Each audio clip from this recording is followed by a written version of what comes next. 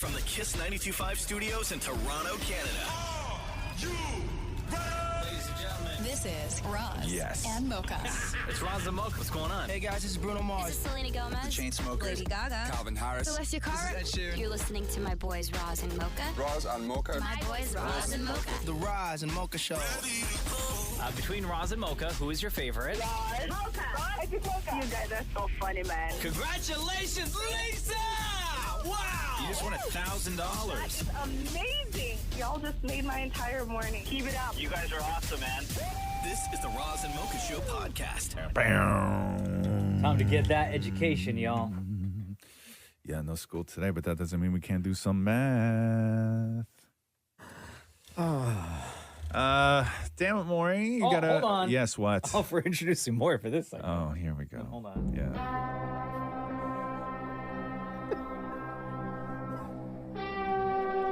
Ladies and gentlemen, we present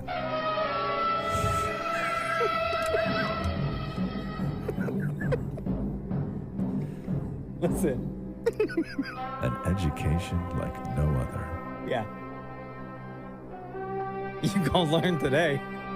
One of the greatest, sharpest minds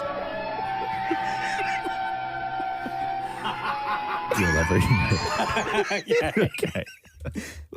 That may be the best theme song for anybody, anytime, anywhere. So there is no school today, but that does not mean we can't give you a little bit of an education, okay? So we've done this a million times, and feel free to play along as well. Just please, nobody spoil it for Maury. We can all write down our answers. We're going to go through a couple of riddles. Can I use my pens? Yes, you can. Pens. Why I mean, do you have pen. Oh. Wow, fail already.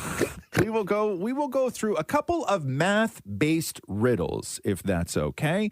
And again, feel free to play along. This feels hard already. That's what she said. Thank you. Deepa's here, Shem is here, Mocha's here. The text line 925-555. Damn it, Maury, are you ready? Okay. Damn it, Maury, how would you say your math skills rank? Like if you had to say you had a grade, what level math comprehension that grade would be? Beginner. We already know this is going downhill. What's beginner? Yeah. Like JK? Oh, no, I'm sorry. Entry level. Like JK? Yeah. Okay. Like I know like the basic, if you have two of this, you get this. If you have two of this, you get two. Well, I mean, he's not wrong, no? You got two. Diva, stop coastlining. Question one, Maury. If you have Get out your pens. if you have two peaches, how many peaches do you have? Two. There we go. Okay, we're starting off with a win. Okay? Starting off with a win. Okay, question two, Maury. Yeah. If 7 people meet each other and each shake hands only once with each of the others, how many handshakes happened? So 7 people Yes. shake hands. Yes. 1, 2, 3, so there's 7. These two shake hands. Mm-hmm. So these two shake hands. These two shake hands. He's running out of fingers fast. 1, 2, 3, 1, 4, 2. 5, 6, 7, Yeah. 8, 9, 10, 11, 12. Yeah. Come But on then now. this guy has to shake. What's his name? Mark. Okay. 1, 2, 3, 4. Don't forget about Mark. And then but then this guy has to What's shake that with this guy's guy, Daniel. Yeah. So 7. Oh, so it's basically 7 times 7. Okay. 1, 2, 3, 4, 5, 6, 7, 8, 9, 10, 11, 12, 13. 7 times 14, 7. 15, 16, 17, 18, 19. This is the long way home, huh? 1, 2, 2, 3, 2, 4, 25, 26, 27, 28, 29, 30, 31, 32, 33, 34, 35, 36, 37, 38, 39, Yeah. 44, 42, 43, 44, 45, 46. 46. 46. Wow. No. Poor Daniel and Mark. I know. Shake hands all over again to figure it out. Those guys, Mark is probably raw by now, shaking so many hands. Gotta do it again. The poor guy. The answer is 21, Maury. 21. Oh. 21. Did anybody get that in the room? Yep. Show of hands. Shem got it like right away. Okay, show of hands. Did you do it the same way, Shem? Like, Absolutely No. not. no, not with your fingers, but like with your head? No, with my brain. Okay, question number 2. Question number 2. A cell phone and a cell phone case cost $110 in total, Maury. Yeah. The cell phone cost $100 more than the phone case. How much was the cell phone? Wait, the cell phone costs $100 more than the case. Is that what you said? A cell phone and a cell phone case cost $110 in total. Yeah. The cell phone costs $100 more than the case. How much was the cell phone? $100. Incorrect. I think. You sure? Because you have $110. Yes. For both of those things. Correct. The cell phone and the cell phone case. I am giving you $110. Yes. Yes. The cell phone costs $100 more than the case. Correct. How much was the cell phone? Those were the words you used. Right. $100. A cell phone and a cell phone case cost $110 in total. Yeah. The cell phone cost $100 more than the phone case. How much was the cell phone? Dude. It costs $100 more than the case. Yes. How much was the cell phone? It costs $100 more. So if I have $110 and I take away $100, $10. $10? No. We literally just said it costs $100 more. Okay. I'm sticking with 100. Okay. Did anybody get this? Shem, you got this? Yep. Shem, the answer is? 105. 105. Deepa, you also got 105. Good job, Y'all Deepa. are wrong. Good job, Deepa. Mocha, you also Yes. got, obviously, 105. We're still trying to figure it out? so confused. Okay. So, Maury. But you could see Okay, where Maury. I'm right. If the phone case was $5. I have a phone and a phone case. If the phone case was $5. Yes. You're holding And two the- phones in your hand. Yes, you are. Yeah, but one has a Okay. case on it. Okay. If a phone case was $5. Yeah, $5. And a cell phone cost $100 more than the phone case. Yeah. How much is the cell phone? $105. Ah. Now it makes sense. You got to have me hold up props. Do we have time for one more quick one? Yes. Okay. Are you ready, everybody? If 4 men can build 4 tables in 4 hours, how many can 8 men build in 8 hours? Okay, 4 men can build 4 tables in 4 hours. Yes. What was the rest? Okay, I'm just hit this button early anyway. How many tables can 8 men make? If 4 men can build 4 tables in 4 hours, it doesn't have to even be men. We can say children. No, let's stick with men. Okay. If 4 men can build 4 tables in 4 hours, how many can 8 men build in 8 hours? 8. Incorrect. 4 men can build 4 tables in 4 hours. Yes. 8 men can build 8 tables in 8 hours. It just words the same. Excuse me. It just words the same. Anybody get this? Show of hands. Yep. Anybody get this? Deepa, would you like to give the answer? I think is it 16? It is, in fact, 16. Okay. Yes. Ding. Yay. There we go. Maury, do you get it? Of course not. Okay. The Roz and Mocha Show Podcast. Well, hello there. What's going on? Not much. I was trying to think of something I wanted to tell you. You need to start writing stuff down, I really do need to start writing stuff down. You should use on your phone, because it's already there. Right. Automatically as an app on your phone. Either notes or the reminders. I've gone through this like a million times. I text myself. That's a great idea. You can text yourself. But then I he's get got a lot to of texts from Maury. But then he's got to remember to check those texts. No, you just don't open it. What's the last text Maury sent Maury? The last text Maurie sent Maurie. Let's see here. Maurie. Right here. Did you just make yourself laugh? There's a picture of eggnog and it said, buy this. Oh, See, because I just wouldn't do that. Like, texting myself wouldn't help, I don't think. you won't even like open up the Notes app? No. Or set a reminder on your phone? Or email would yourself? I would never go into the Notes app. I email myself all the time, but then, like, you guys just send me so much stuff in the morning that everything I send to myself, I discover, like, after the show's done and everything else. Bro, like, look at this. This is my notes, right? Wow, look at that. So many notes. So many notes. And they're broken down into folders and subcategories. Really? Yeah, see, you're so organized. Like, Catherine gives me hell all the time because she'll send me through, like, some invite for something, and I just, like... like a shared notes? Like a thing. Or like a shared calendar? No, for my calendar, yeah. Yeah, And that's she's like, why don't you ever accept anything? Yeah. And I'm like, I don't know, because I never go into my calendar. Oh, you Who should. uses calendar? Nobody uses calendar. I use my calendar all do you the really? time. You do, huh? Uh-huh. Yeah, no, I don't. I don't. all at the time. At all. And then, like, my wife and I will both send each other. Really? Yeah. See, you guys are so organized. Like, for though, example, man. like tomorrow, I got to take my car to Honda, right? And it's a pretty big job that they have to do. They got to keep the car for 2 days. Yeah. So I put it in the calendar as a reminder that, because my wife, she's going to meet me at the dealership to pick me up when I drop the car off. Hey, let me ask you a question. Yeah. So I discovered something in my car the other day in the truck. It's called the accelerator. No. What? I discovered it's not a body either, but I discovered something. Okay. Yeah. Okay. So, you know, when you get an oil change, right? And they put that sticker up on your corner, right? I never looked at it. Oh, right? you should. Yeah, I know I should, right? Yeah. I never It tells bothered. you when you need to go back. Thank you, right? And So- it even has the phone number of the dealership. Right. And a QR No, code. this was just Or like a place. mechanic or a place or, Or the whatever it place. was, Yeah, right? yeah, yeah. So anyway, so here's my question for you. Yes. Okay, and maybe I should start using my notes or my calendar or whatever app and texting myself to remind myself to do things.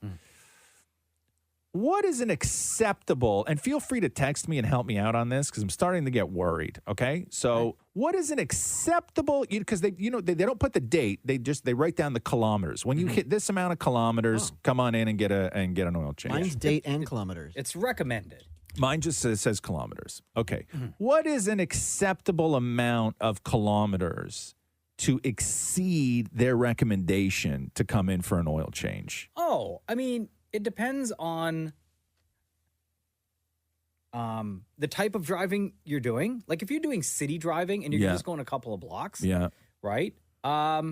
Maybe like 1,000. Okay. Right? Okay. But if you're doing that 1,000 Yeah. could also be used if you were doing like heavy, like highway driving, Right. for example. Okay. Like I would say if I'm doing heavy highway driving and I go 1,000 over, maybe I should take it in. I thought right? it's you wait till, or like, when it starts to smell and smoke and like when you're burning oil. Like I thought that's when it's. But what is the gone far. acceptable amount to go over with where like my car also- like it depends on the engine that you have Right. and the type of, because I know it's an older truck. You went for a specific model. So it's a 2010. Yeah. So Right. the engine might be a little bit different. Okay. The oil that your engine Sure. uses might be a little bit different from Okay. something that's a little bit newer. Yeah. So 'Cause- I would maybe talk to the mechanic. Okay. But what is an acceptable amount of kilometers to go over? I don't know because it depends on all people are those things. texting. All those things that I just said, the type of driving that you're doing, the type of engine that you have,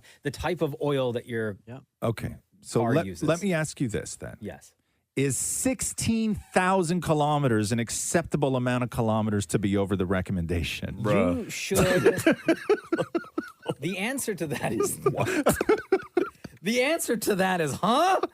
You I mean, the car still works, right? Yeah, it still runs. No problems. But and you're still doing like city and highway driving? Absolutely. Going to the cottage on the Yeah, weekends and stuff? absolutely. All the time.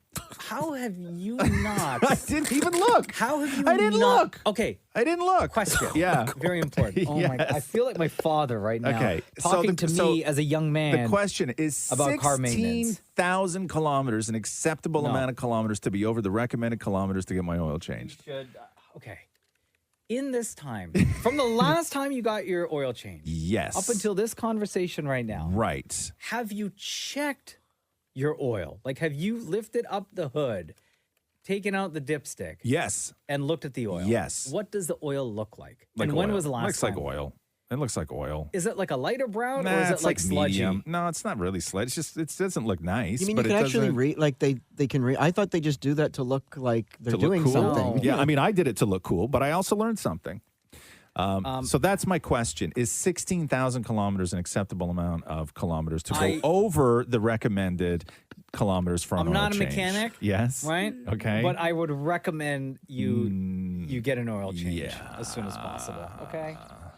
The Roz and Mocha Show podcast. Ross's truck needs a Hail Mary right now. Stop it. We're getting so many texts. Okay.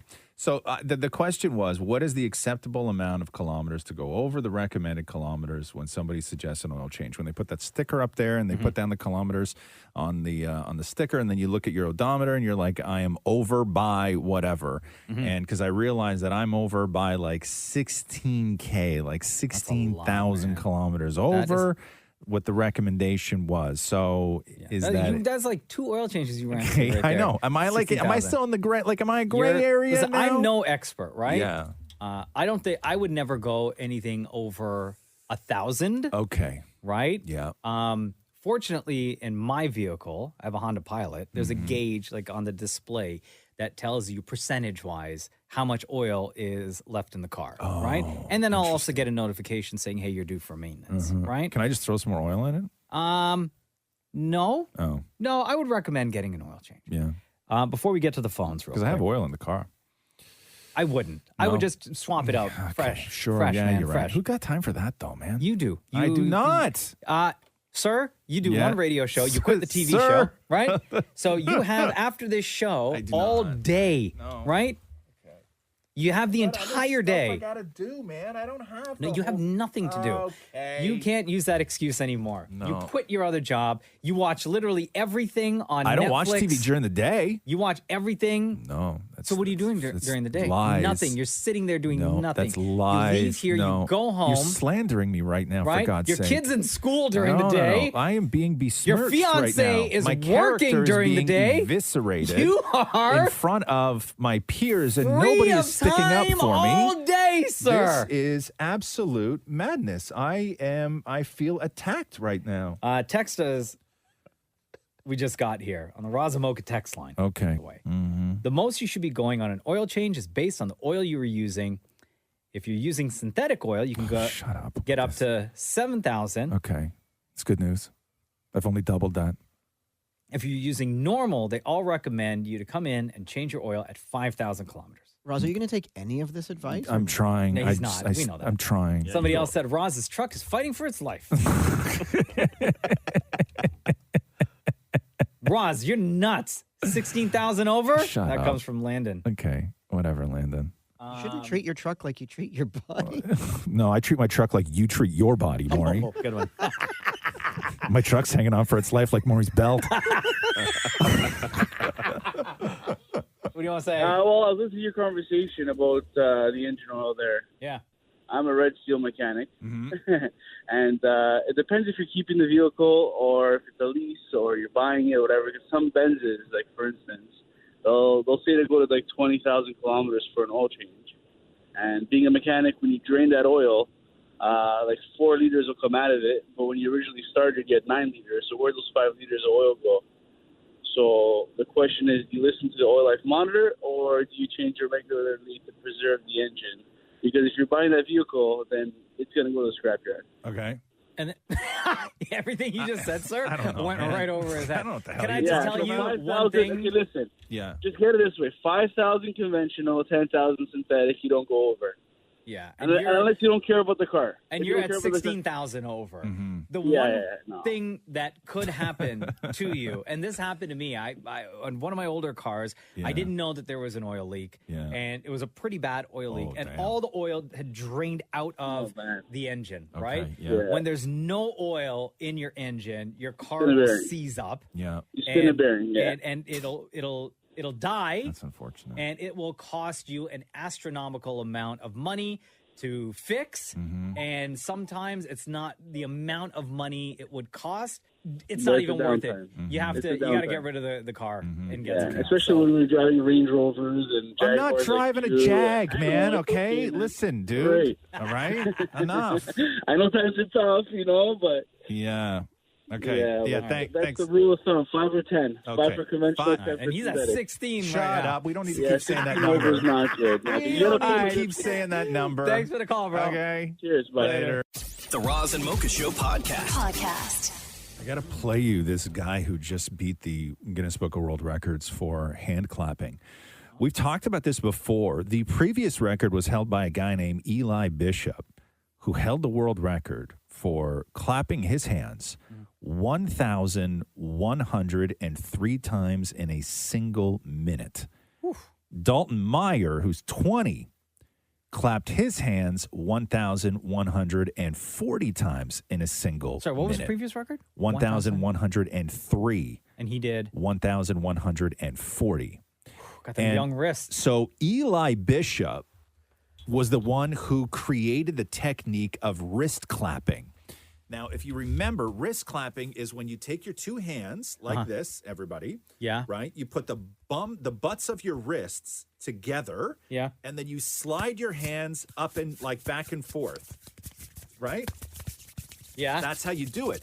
Now, when Eli broke the world record, it took him two times to try and break the world record before. It? 2 times because the friction on his wrists from wrist clapping started to wear away the skin on his wrists. Whoa. So he had to stop and try again at another time. So if you're wondering what it sounds like to hear somebody clap 1,140 times in a single minute, here is Dalton Meyer's world record attempt. I'm rolling. All right, you ready? Yep. All right, here we go. Wait. Oh my God. Oh my, that doesn't sound like clapping. That's clapping.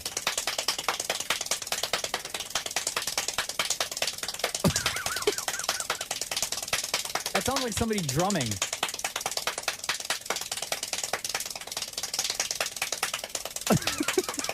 No, that's not clapping. That sounds like something else. It really does sound like drumsticks, like on a table. No. But It sounds like that wheel that you spin with the thing on. Remember when you put a hockey card in your back wheel and it would hit the spokes? Oh, yeah. Good one. I mean, no, I'm too young for that. I don't know what that is. But then you have to like... To sustain this pace.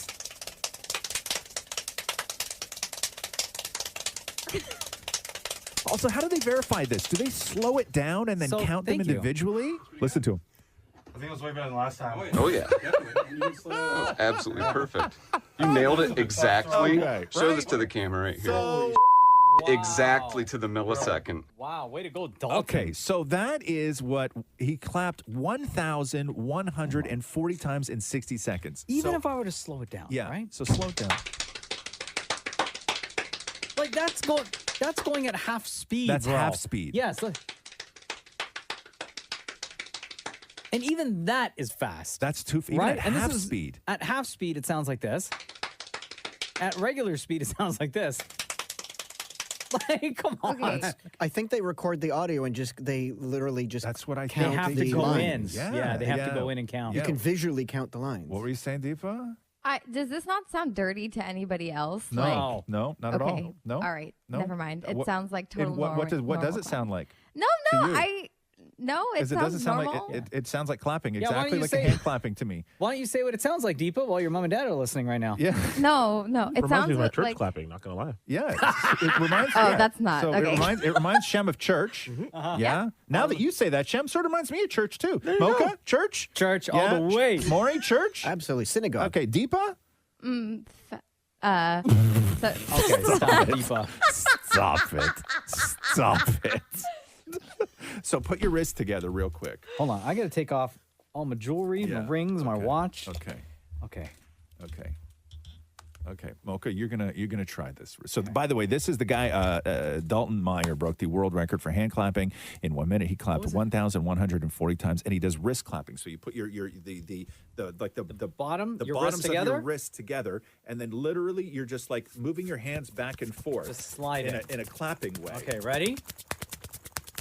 Get ready for this Like that. record to be broken, y'all. Okay, so Mocha, ready? in 3. Hold on, let me get my phone out to count. Yeah. Okay. Okay, so in 3, 2, 1, go.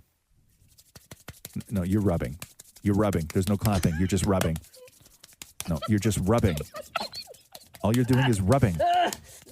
You're just rubbing. No, it's clapping. No, there's no clapping. You're just rubbing. You're His hands warm or You're something. just rubbing.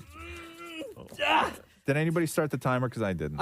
I didn't Bro! either. Okay. Yeah. Come on, man. I broke it. I broke the record. You did not break anything. Nothing. You broke nothing. Anybody else? Anybody else want to give it a try? Deepa? Oh, God. Okay, fine. Okay. Do you know what you're doing? Yeah, like. Okay, I don't know what you're doing. That, if you want to talk about something that looks dirty, Deepa, that looks dirty. Yeah. I would not do. Oh, don't. no. Okay, listen. Yo, Deepa's dad texting me right now. He wants to talk to you after the show. The Roz and Mocha Show podcast. Podcast. Roz and Mocha's Fix My Life. What advice can you guys give me? Okay, so my question is... Got a problem you can't fix? Roz and Mocha got you. Hello, Amy. It's Roz and Mocha. Hi, Roz. Hi, Mocha. How are you guys? Hello, we are good. Thank you for taking time to join us today. Why don't you tell everyone why you're here? So guys, how do you stay positive and strong after a dog has been stolen? Oh, how do you stay positive after your dog was stolen? Euro says, Roz and Mocha fixed my life. My dog Cooper was stolen in September during our family road trip to Montreal. Since then, it feels weird going back to my parents' house. We are all devastated and still trying our best to search for him. I have been trying so hard to stay strong, but I know we're all feeling worried for each other. My parents are not really speaking or expressing their feelings and emotions. I think I am doing a good job to make sure they don't feel bad, and not sure if getting a new dog for my mom will help her go through this.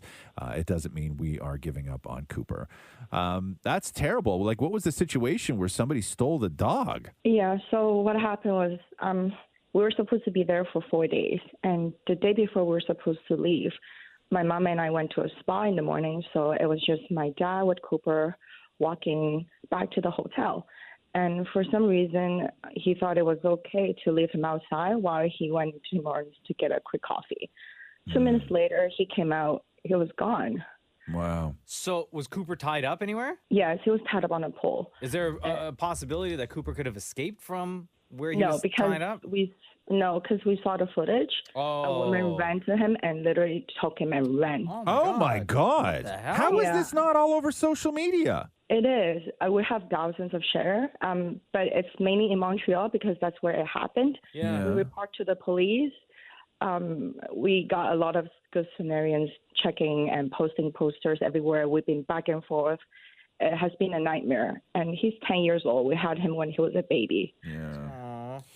Girl, I'm so sorry you guys have to go through this. I think that this is even when, especially with a dog, it's almost tougher to go through your dog being stolen than to go through your dog dying. You know, like, because you get so much like unanswered questions. Yeah.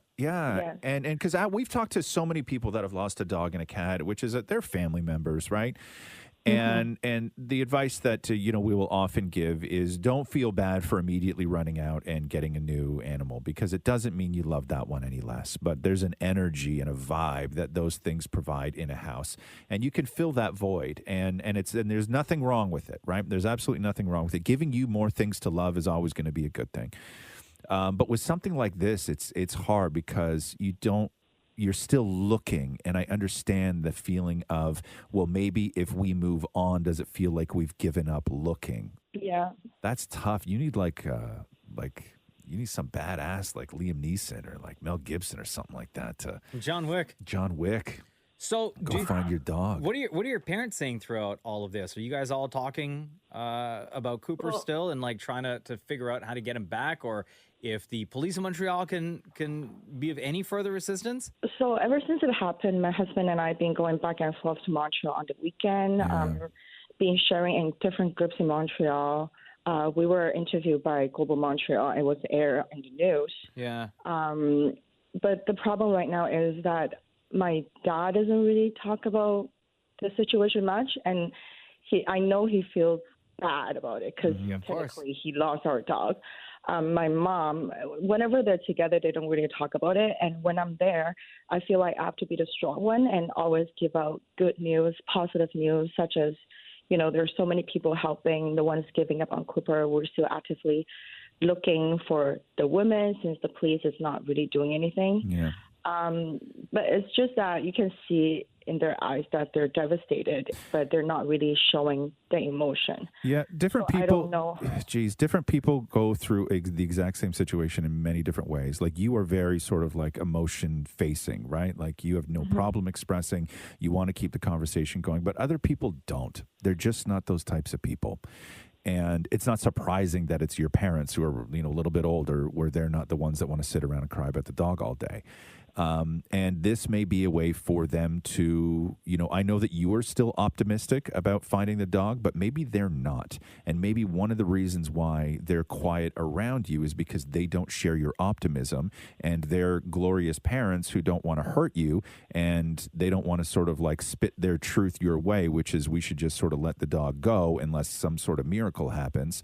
And maybe they're not expressing their feelings to save your feelings. Yeah.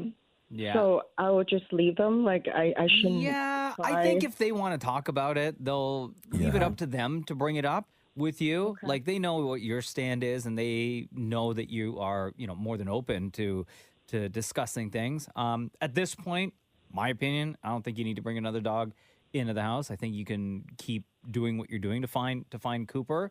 I don't know what we can do to help. Like we have a lot of people that listen to this show across the country. Yeah. Fans in Montreal included. So if you want to share, if you have like a social media account that you're sharing information on Cooper, like feel free to say that right now. Maybe we can get some more eyes, some more ears out there in Montreal to get Cooper back to you guys. Yeah, so he has a page. It's called Finding Cooper on Facebook. Okay. And Finding Cooper _MTL on IG, but most of the information is on Facebook. Okay, perfect. So if everybody can share that, that'll be great. Thank you so much. Yeah. Thank you, Amy. Amy. Sorry that you guys are going through this. Thank you. I don't know if maybe like talking about it helped a little bit, but yeah, we're sending you so much love. Yeah, I was just worried about if I'm handling this correctly with my parents because I don't feel like I don't want them to feel like I'm not talking about it. I mean, I don't care or. I think that they know that you care, and I think that they know that you are, again, doing my best. You're doing your best, yeah. And if they want to talk to you about it, they know that they can. I shouldn't force it. No, okay. No. All right. I would not. Okay. Thanks, Amy. Okay. Thank you so love. much. All right. Take care. Bye-bye. Roz and Mocha's Fix My Life. On Kiss.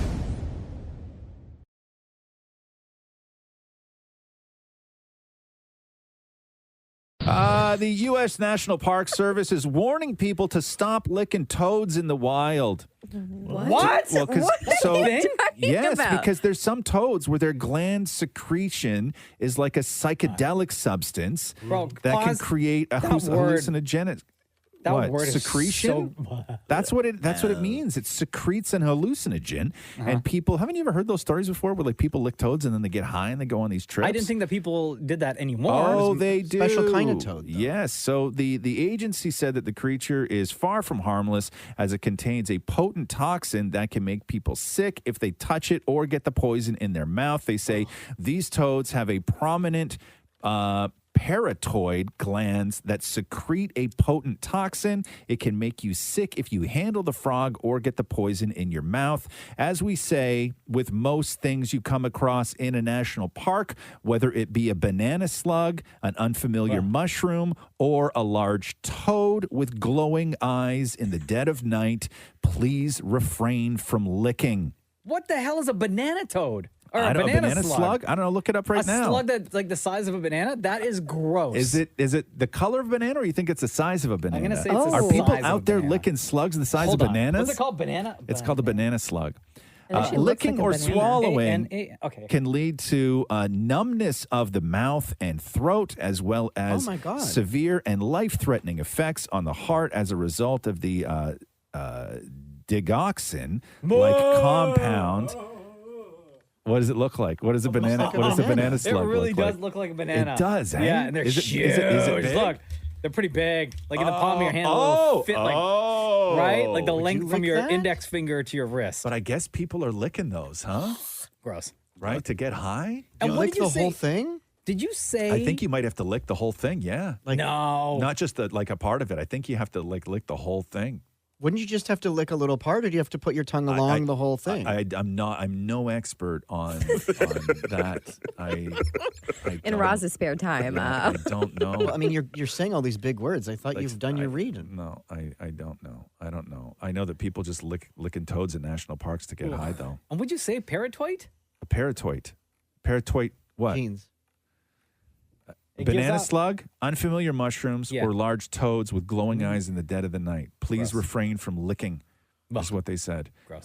But it's the psychedelic substance that secretes from their glands that everybody goes into the forest looking for a hallucinogenic trip. No. So they're out there. Oh, I'm so grossed out right now by licking, all of licking this. toads and slugs. And you are, huh? Disgusting. Yeah. Yeah, no thanks. The Roz and Mocha Show podcast. Podcast. You just, right before we went on the radio, you were like, I'll be right back. And I don't know what you did. You put your coat on, you like grabbed something, and then you took off outside to go and look at the moon.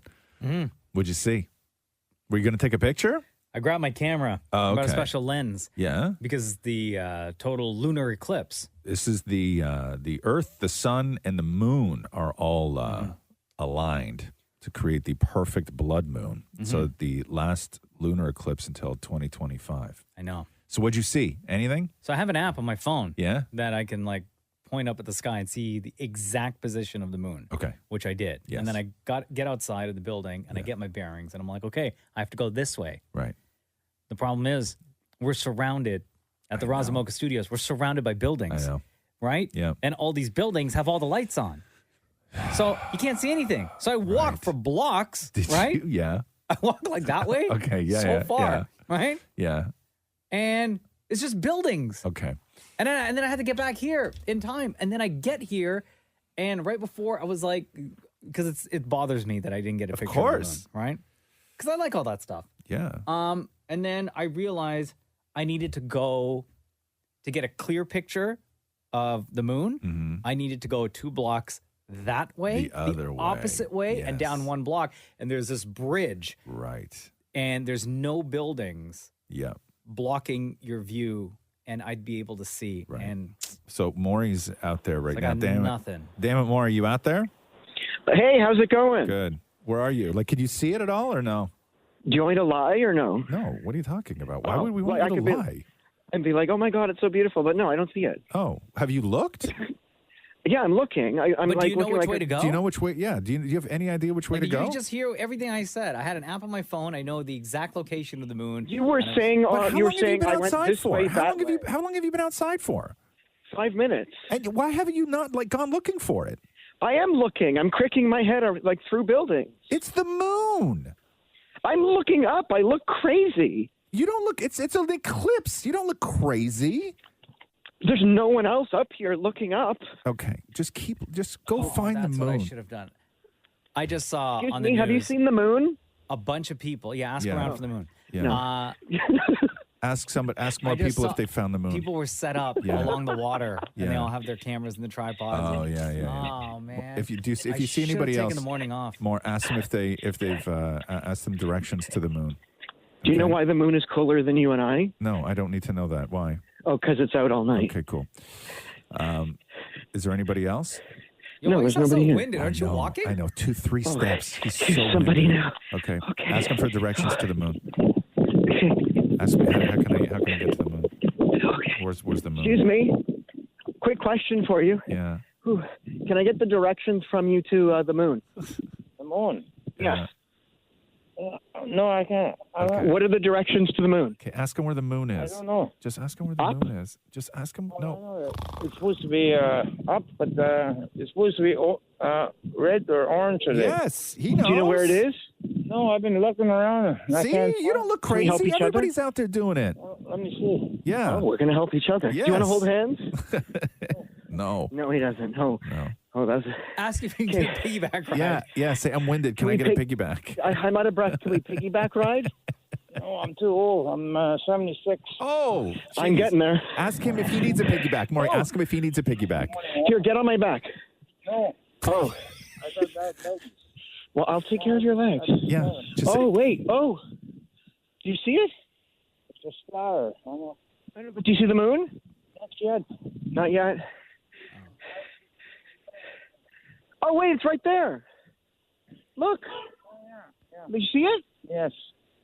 Was it worth it? Get him to describe it, Maury. Okay, have a good day. Get him to Yeah? describe it. Maury, get him to describe it. Describe the moon. Well, it's round. It's orange. Is it beautiful? Yes. Do you wish you were there? No. Yo, tell him your moon joke. Tell him your moon joke. Oh, hey, why is the moon cooler than you and me? Because it's out all night. Yes, there you go. Ask him if Bye he needs. now. Ask him if he needs a piggyback to work. Do you need a piggyback ride to work? I'm 6 years old. I'm doing my morning walk. Oh, okay. I know a lot of 80-years that work. Hey, Hazel McCallion still works. Oh, God, for God's sake. Leave Hazel's name out of your Yeah, I mouth. know. Okay, we saw the moon. How was it? How was it? How was it? It's beautiful. It's orangey red. Is and it? Like, is it a full, Yeah. like, orange? Yeah, it is, eh? Full orangey red. I don't think I'll ever see that again. Okay. But you will in Or 2 will I? years. Do you know? Yeah, in 3 years, actually. Yeah, 3 years. you will. Okay. It will happen. It will happen again. No, there's no guarantee you're going to be around for it more, based on how winded you got looking for this one. That guy may be out. Yes. We'll still be around before you are, bro. Yeah, get the 80-year-old's number for us so we can call him next time. The Roz and Mocha Show podcast. Remember that crazy story last week of that went out saying that Snoop smokes like 75 to 150 blunts a day? Yeah, because he hired a roller, and that's how many she rolls. Here is his roller talking to a radio show out in Australia. This is exactly what she said, okay? And her name, by the way, is Renegade Piranha. Come on now. Okay. And so how many joints would you do a day on average?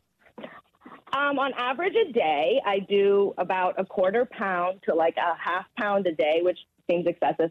So that's roughly like 75 to 150 like units per day. Yeah. And is that a lot of people Beforehand. around him, or is that just for Snoop? I hope it's not just So for I Snoop. I have other clients as well. I roll for Kid Cudi as well. Yep. Yeah, he'd be also plowing a through couple it. of I have a couple other clients as well that I have as full-time clients. Okay, so she doesn't specifically say in that interview that Snoop Dogg is the one person that smokes 75 to 150. So she's not exclusive to Snoop. I thought she was exclusive to Snoop. So I don't know why the story then got out that Well, because it's believable. That's why.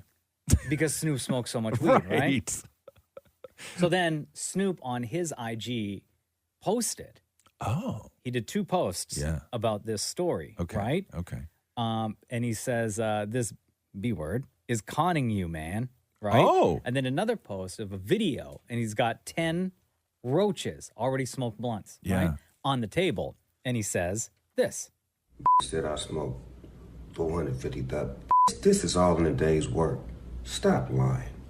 I'm gonna smoke all that weed in one day. What am I, a machine? This is the roaches. See? Roaches. Okay. So he had what, 10? 10. Okay. yeah. But the reason, when that story came out where Snoop's personal roller rolls 125 joints a day, and everybody was like, man, does Snoop smoke that much? Maybe he does. The reason we believe that was because it's believable. And I'm not saying that it's believable in the sense that like some human being could do it. But if any human being could do it, it's going to be Snoop. It's either, there's 3 names that come to mind for me, right? If you said like, which person smokes 125 joints a day, which I don't even think there's enough hours in a day to smoke 125 joints in a day. It's going to be like the three names that come to my mind. I'm thinking Snoop, Seth Rogen, Willie Nelson. Sure. Right? Oh, I forgot about Willie. Right? Yeah, Those are the three. Those are the sort of three. The greats, right? Those are the three greats that we know of who could possibly handle that much. So the reason we believed that Snoop was because it was believable. But 10, I guess, is what he's saying. 450,000. This is all in a day's work. Stop lying. I'm gonna smoke all that weed in one day. What am I, a machine? This is the roaches. See? Roaches. So how many were there, did you say? There were 10 on the table. 10. Yeah. Okay. So, but here's the thing, though. Like, the way he's talking about it, like, he's pretty upset, right? Like, does that mean she no longer works for him? That's why he could talk that way? Interesting. Or does she still work for him and he's just, like, putting her on blast? Interesting. Yeah, and I don't think that it was clear. Maybe it wasn't clear. Maybe she hasn't changed what she said because she clarified it in that clip that we just played, which is I didn't know that she had multiple clients. Yes. And so they were asking her, like, I guess, how many do you roll in a day? And she was like, I roll, about a pound, 75 to 125 joints. And we only thought that she was rolling for Snoop because she talked about how she basically had to audition for the role of Snoop's blunt roller. But we didn't know she had other clients. And I thought that she was literally sitting in Snoop's living room doing this. But it sounds like she does this at home and then delivers. Distributes, sure. Right? Like good food, right? Here you go. Here's your supply for the day. Here's your supply. Here's what I got for you. If there's any leftovers, let me know. I'll give you less tomorrow. We can even it out at the end of the week kind of thing. But the story was, like, I don't know if she didn't eat. Maybe she didn't even change her side of the story. We just all believed it because it was believable. Friggin' Snoop Dogg, huh? Right? The Roz and Mocha Show podcast. I don't remember what I ate last. I had steak again last night. I've been on a steak again? kick lately. Yeah? I went Again this week? Bro, yeah, I had steak a couple days ago. I went a long time without having steak. Okay. I was off red meat for a while. Thought it was binding me up. But it wasn't. No, so it you're wasn't. back on the steak. Yeah, I'm back on it, man. Now, do you like big, thick steaks? Or are you more of a flavorful but smaller steak and then load up with sides? Okay. No, I didn't. What did I have? What did I make last night? I made parm fries. Yeah. Some fries with some fresh parm on top. That'll back you up, though. Delicious. Yeah, I know. That's not good. Right? The amount of cheese. If you're trying to figure out what's backing you up, I know. Don't load up on cheese, man. I know. Listen, okay? Don't tell me what to eat. But you know what I do when I'm at home is I go to the grocery store. Like if I make steak at home. Yeah. Listen, I love the keg, right? Uh-huh. There's no doubt.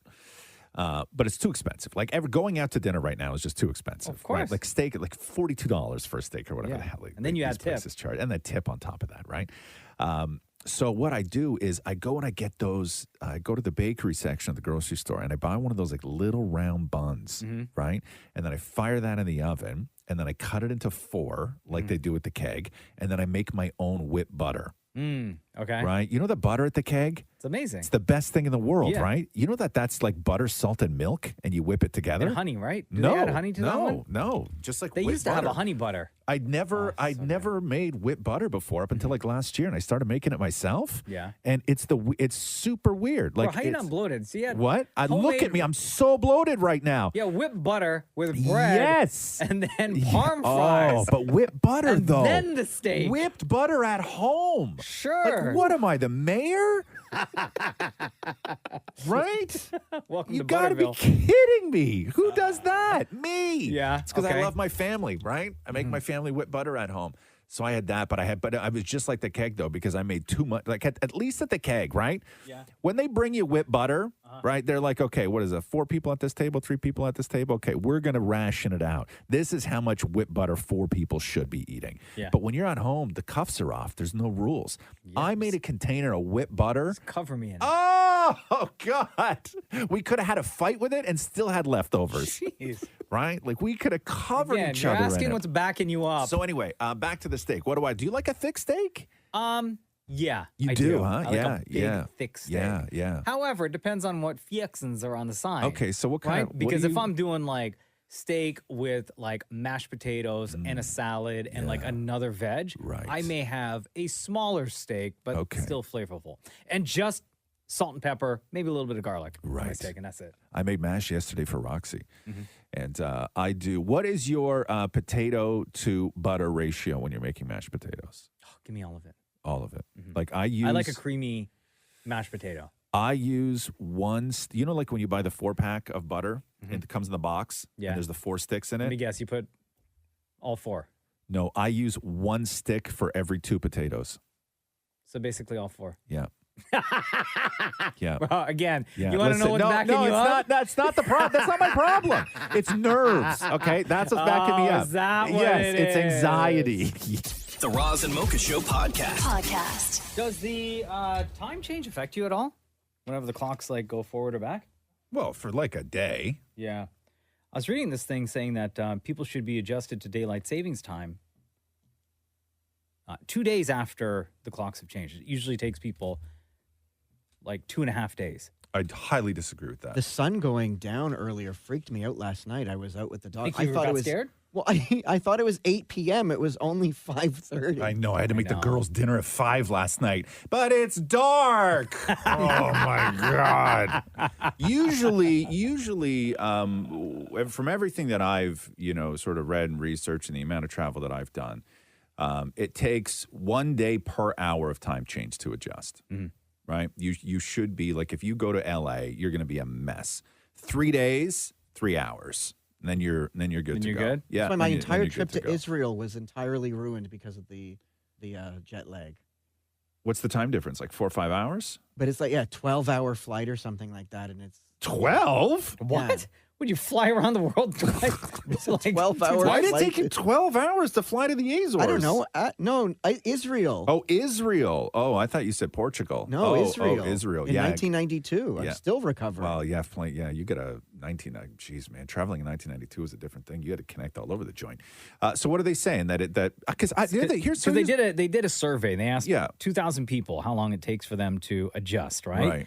And the average answer was 66 hours. So that's 2 hours, almost 3 days. 2 hours. That's crazy. Sorry, 2 days and 18 hours. That's crazy. I thought we were getting rid of the time change. We're supposed to. We're waiting right now. I think it's for Eastern U.S. Nothing's going to happen without Ontario, Quebec, and then New York, right? And as soon as that happens, then we're good to go. But I'm like, I think we're getting close, though. I understand when people get messed up in the spring when you lose an hour, but in the fall when I hear people are like, the time change messed me up, I'm like, how? You gained an hour. How are you messed up? How did it screw you up? Like, I don't think get maybe because when you wake up, for a lot of people, like us, waking up a little bit earlier. Yeah, no, waking up and it still being like pitch black outside. Like for us, that's every day, right? So forget us. But like the average person, if somebody wakes up at like 6 a.m., right? Yeah. But prior to fall, 6 a.m., the sun is kind of already rising. So it's a little bit daylight outside. In the fall, the sun is coming up earlier after the time change. Yeah, it gets darker earlier and it gets brighter earlier. You get that. The sun comes up earlier after the fall time change. It gets darker earlier. I know it gets darker earlier. But the sun is up earlier. No. That hour. That's yes. In the summertime, right? Yes. The sun, it starts to get light outside at like around 5:30 in the morning. Well, that's because it's the sun. That's summer. Right. Yeah. But what I'm saying, like right now, like look at it outside, pitch black. I know, but it will be like last week, the sun was coming up later than what it is right now. Sure. But like if this were summertime, right? And you wake up now. 5 a.m. And you wake up now. Yeah. And it's bright outside. I think Mocha's right. It gets darker earlier and it gets brighter later. No. How does it? What, you squish the day? You don't take an hour off the top and the bottom, Maury. But if you look outside right now, like I'm looking outside right now. Yes. Pitch black. Yes. Okay. If this were middle of July, I look outside right now, full sunshine. Of course, because it's summer. Yes. What is summer? It has to do with the know clock. The days are longer. I don't think you're understanding what I'm saying. What I'm saying is what I think messes people up is the fact that in July, you wake up right now and it's full sunshine outside. Now, In November, Yes. you're waking up right now, you look outside, it's pitch black. Right, but what I'm saying is that the days are shorter this time of year than they are in the summer. We just got a all text. around. But right now, the sun is coming up an hour before it did before we changed the clocks last week. We just got a text. Yes. Mocha's wrong. Yes. The sun is coming up an Thanks. hour. The sun is coming up an hour earlier now. Listen, we all love summer. I love when it's still daylight out at 9:30. Oh, it's the best. But if we don't, but here's the thing is that if we get rid of daylight savings, we also lose that. Do you want them to cancel it where it gets darker earlier or where it gets This right now later? is where we will always be. Don't we get to vote? No. No. No, this right We get now. to vote. So if they get rid of daylight savings and all that stuff, this is where it will be. So we won't spring forward in Who whatever did that? it is. Somebody did that Mexico. recently. Mexico. Mexico did that. Yeah. After this time change, that's it for them. That's it for them, Do you right? mean forever it will get dark at 5? No. This time of year it will. Yes. But in the summer, we will lose that be staying like that where the sun starts to go down at like 9:15. We will lose that. It will be 8:15. Oh, I'm not okay with that. Well, see, there you go. Right? Well, vote. Vote. Make a difference. Vote. Let your voice be There heard. should be a vote. The Roz and Mocha Show podcast. Oh, did you guys watch? Did you see any of the Rihanna fashion show? Oh, did I ever? So they made a. Oh, sorry. They made the. We'll get to you in a second, Sham. Inside voice comes out sometimes. Yeah.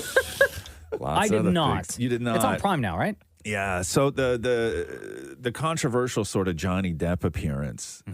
He doesn't say anything. So it's just they start playing Outcast's "So Fresh, So Clean," right? And then you see Johnny Depp in like a forest, and he's in a forest leaning up against a tree in like silk pajamas, and then there's like shirtless guys dancing around him, and then so he gets up like from leaning on the tree, and then he just starts walking through the forest towards another tree, Okay. and that's it.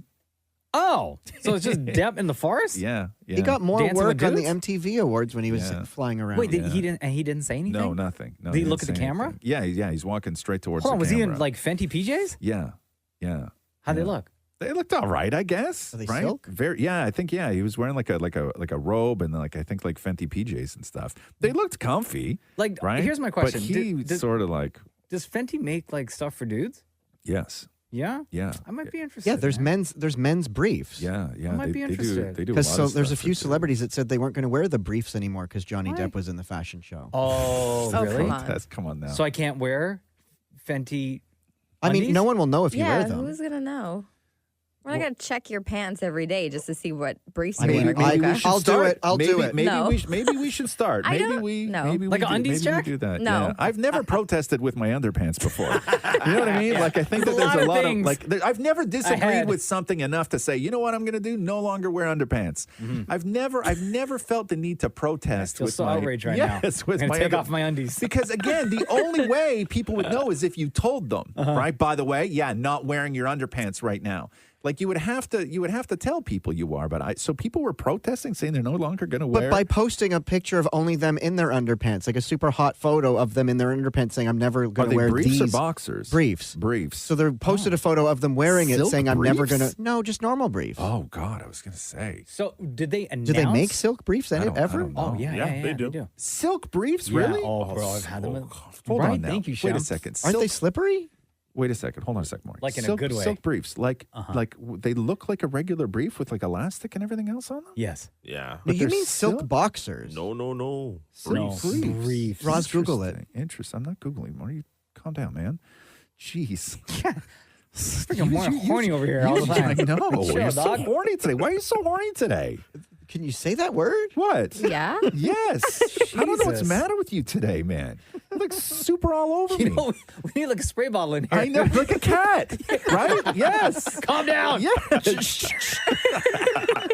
Maybe that's what we need. I need to hook that. You know what? I need to hook a hose up in the Maury's room with a foot pedal where I just like start stomping it and it sprays him in the face. You know The what only I mean? person not laughing is Maury. No, I'm laughing. Anyway, so I'm very interested in silk because I could never wear boxers, right? Like never. You know me. Like, there's no way. Tidy whities all day. Tidy whities all day. It would be like putting like diapers on in tight jeans and stuff like that. But if they make silk briefs, bro, that's a whole You other should story. get a set of silk briefs. You think so? They huh? are, man. Yo, Catherine? Yeah. Really? How do you? Are they dry clean only? Get the spray bottle. Get the spray bottle. So there was a Powerball winner last night. Over $2 billion, Roz. My God. One single ticket in Southern California. Just it's over a lot of money. $2 billion with a B. The biggest jackpot in history. And one person got that money. That's a lot of money. So what do you do at that point with that money? How do you navigate your life? Well, in just a few minutes, we're going to talk to a guy named Timothy Schultz who won at a very young age almost $30 million. Yeah, he won Powerball. Changed his life, obviously. Mm-hmm. But like, what's that? We always talk about, when you talk about winning the lottery, it's always like, what do you do first? Like, what's that first move, right? When you suddenly are a multi-millionaire, like, what is the first move? That's the fantasy conversation everybody has. Timothy Schultz is going to help break it down with us next. The Roz and Mocha Show podcast. There's a Powerball winner in the States after 3 months of no one winning. Someone in Southern California won $2.04 billion, which is like beyond life-changing. And what's it like to win a large amount like that? Powerball winner Timothy Schultz won close to $30 million and is out here helping other lottery winners navigate their new world of living through his YouTube channel and podcast. Timothy Schultz, welcome to the Roz and Mocha Show, man. How you doing? Hey, good. How are you guys doing? Good, man. Question number one, since winning the Powerball in 99, $29 million. How much of that money you got left over? Well, so it was $28 million. Okay. I have enough I have enough to be comfortable. I'll say that. Okay. So yeah, because there's a I chance, can't complain. there's a chance, like realistically, the way, we all know compound interest and everything else. There's a chance that if you won $28 million in 1999, here we are now in 2022, you could actually have more than $28 million. It is possible, although I can't. It is possible. Absolutely. Yeah, I like the way you think. Timothy, did you play the latest Powerball numbers at all? Like, are you still a person that will play the lottery? I play very, very rarely these days. Only if something inspires me to play. Before I won the first time, I had a. This is a crazy story. I had this really vivid dream about it a few months before, and it convinced me that, it's a very real dream. And then I played, and then I won. So it's very surreal when it actually happened. So that inspired me to play the first time. When you talk about winning an incredible amount of money, as $28 million is, and for you in Powerball, in Canada, when we win a lottery, you don't have to pay any taxes on it. So if you win 40 mil, you get 40 mil. What was it like in the States? So was it $28 million like after tax, or did you have to pay tax on that? And I know sometimes with Powerball, it's like they try and make a deal. You can have X amount of money over 30 years or one lump sum. Like, what was the jackpot amount that you won, and then what did you get? So in the United States, on the Powerball and most games that I'm aware of, they do tax. There's a hefty tax, federal and state. The state tax is vary depending upon where the state where you live. Yeah. And the federal is, very substantial.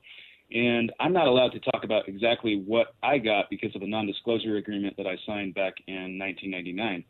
But I can certainly say that the taxes, they are substantial in the United States, and it's a big difference. And I interview a lot of lottery winners from all over the world, including a couple from Canada. Yeah. One of which has won Lotto Max, and that person won $50 million and got $50 million. It wasn't taxed. It's really incredible. People always talk about the first thing they would do, right? Like, what is the first thing that you would do? When you won $28 million, what was the first thing you did?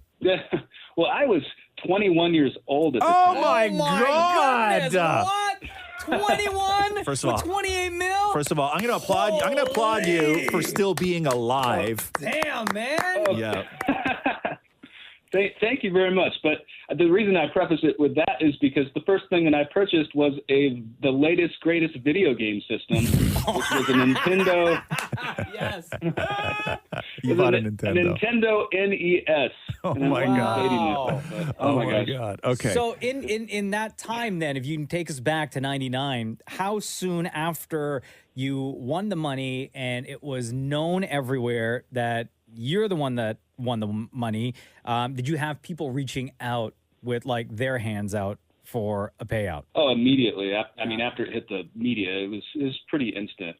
And most people were very supportive and positive, but there were people, I received stacks of letters from people asking for money. So there was a learning curve involved with that. For sure. Yeah. What kind of stuff were people asking? Like, what were the reasons that just- people were giving you? Oh, disabilities. People, I mean, most people probably legitimately really needed money, and I felt sorry for people. But people that had disabilities were down on their luck. People that, one person wanted to build a church. I think I said something to the media about how I was very interested in film, so I received a lot of people wanting me to finance their films, so that sort of thing. Can money buy happiness? I think it can buy time, which can alleviate stress. It can alleviate the stress of bills and that sort of thing. So in that sense, it can make you happier. But if you are a very unhappy person prior to winning a substantial amount of money, then you might be unhappy after. Or if you're happy before, you might be happy after. I think it makes you a larger version of yourself. I think it can magnify your personality where if you're into sports cars, if you're into whatever you're into, you might be into it on a larger level. But it can create happiness as far as creating time. I believe that. Timothy Schultz, you won $28 million back in 99. Before we let you go, I know you have a popular YouTube channel and podcast as well where you talk to other lottery winners. What kind of advice are people coming to you for? Are they asking you how to deal with winning such a big amount of money, what to do with their money, or is it more like, how do I deal with the amount of people in my life who are asking me for money? Well, it's all over the board. I think when you win the lottery, it's sort of like a small little club, and it's in the United States and in Canada, as far as I know, we don't really get to meet too many other lottery winners. So everyone is different with what they want to know. But I think just knowing someone that has that in common, if you have that in common with someone, it's a huge, huge thing. And how to deal with people that are asking for money, of course, is a huge thing as well. And everyone deals with it differently, but it's real.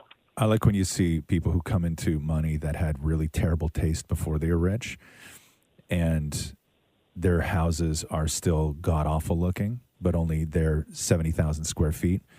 You know what I mean?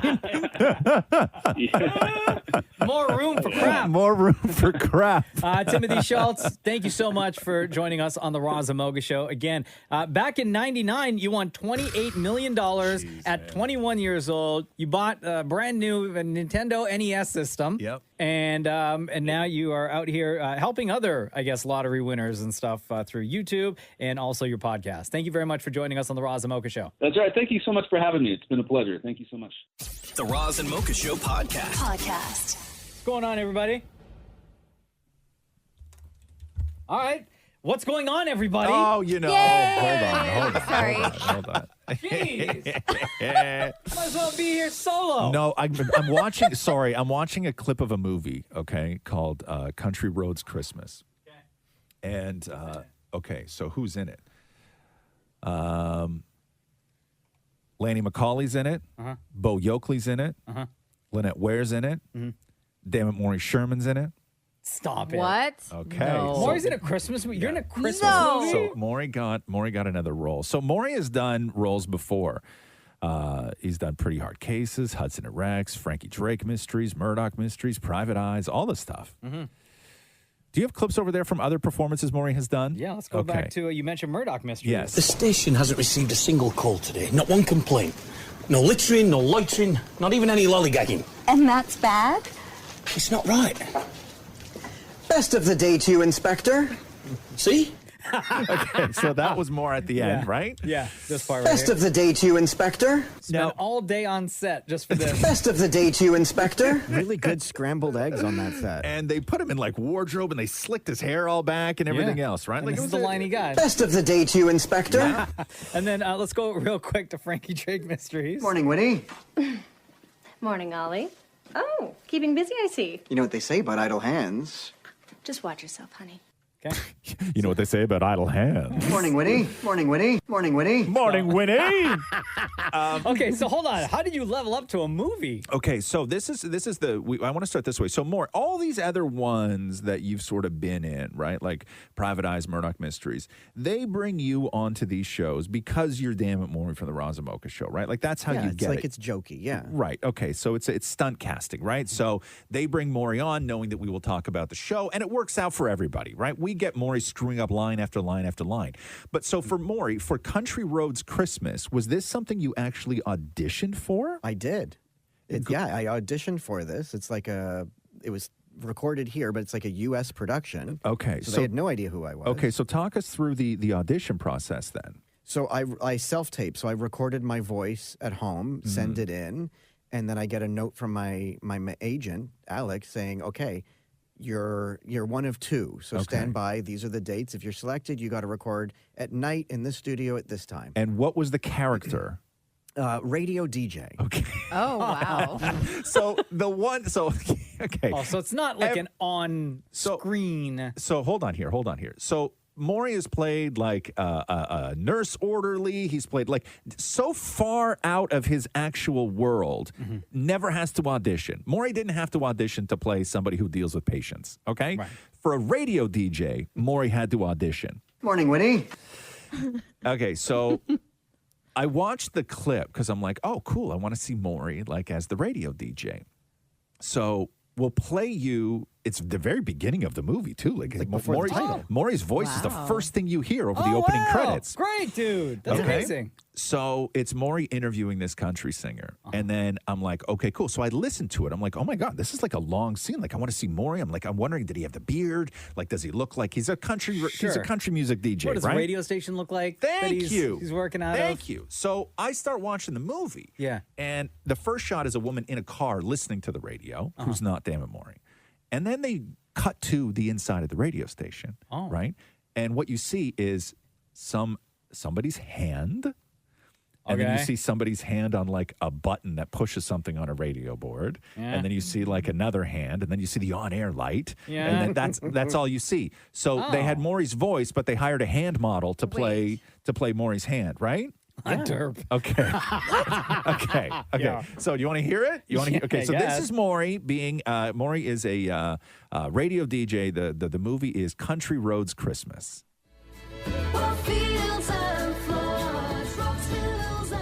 Good morning, Nashville, and Merry Christmas. Here's a holiday treat for you. We have a living legend with us today. Well, that just makes it sound like I've been around too long. Welcome, Harris Sanderson. Great to be here. Now, you're famous for your country pickin' and your heartbreak ballads, but this year you're releasing a Christmas album. I know. Who'd have thought? You gotta fill us in here, Harris. How did you manage to catch the Christmas spirit? I call it the tour that changed everything. Sounds like a story. Yep. It's a good one. But it doesn't begin with me. Okay. Chills. Oh, I'm interested. Okay. Now, more. So, did you shoot this with that other actor, or no? No, I shot it at night, like in my sweatpants in a studio alone. Why didn't they have? It's a conversation. Why didn't they just have the two of you do it together? He did his stuff at a different day. I did mine. And now, when you watch this movie, Yeah. I'm throughout the whole movie. You are. What do you mean? Like they keep going back to this interview, and then into like a country thing. So this and is then the back to this. narration, basically, Yeah, of the film. The whole movie is this conversation with you. Yeah. And they're going to be airing this like a ton of times. Yeah, I'll get to that in a second. But why? So you had to do this all on your own. Yeah, all on my own.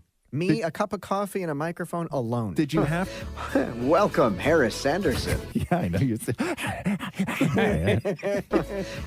Welcome, Harris Sanderson. Like, were you supposed to sound like? Did the script sound like you're extremely attracted to him? I did like a million takes, and they're like, you know what? Sound like he did something in the studio, and you're laughing to it, like his fly was undone. Welcome, Harris Sanderson. Okay, play it Yeah, again. that's what that sounds like. Yeah. Welcome, Harris Sanderson. You're on your way, my guy.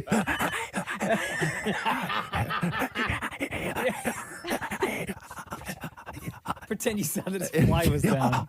They didn't actually say that, did they? Welcome, Harris They said he did, Sanderson. like, something silly. Something silly? Oh. Yeah. Okay. So what other motivation did you have then? Obviously, you had to do many different takes of this. So what other sort of direction did Well, they the give director, you? the lady was standing sort of in front of me, and I was like looking at her, and she was like, okay, pretend I'm him. Okay. And so when you're doing it, do they say, like, go up at the end or more of a Okay, question? now try it down, more of a question. Yeah. Make it more like you're really curious. Right. Or now do it again as though you don't really care because you're Right. like the famous radio guy. So, and Oh, and you're the he's your famous guy. guest. He's on Yeah. your show. So Okay. now do it this way. Okay. And are you... Welcome, Harris Sanderson. So your voice, you're throughout the entire movie, right? Just your voice.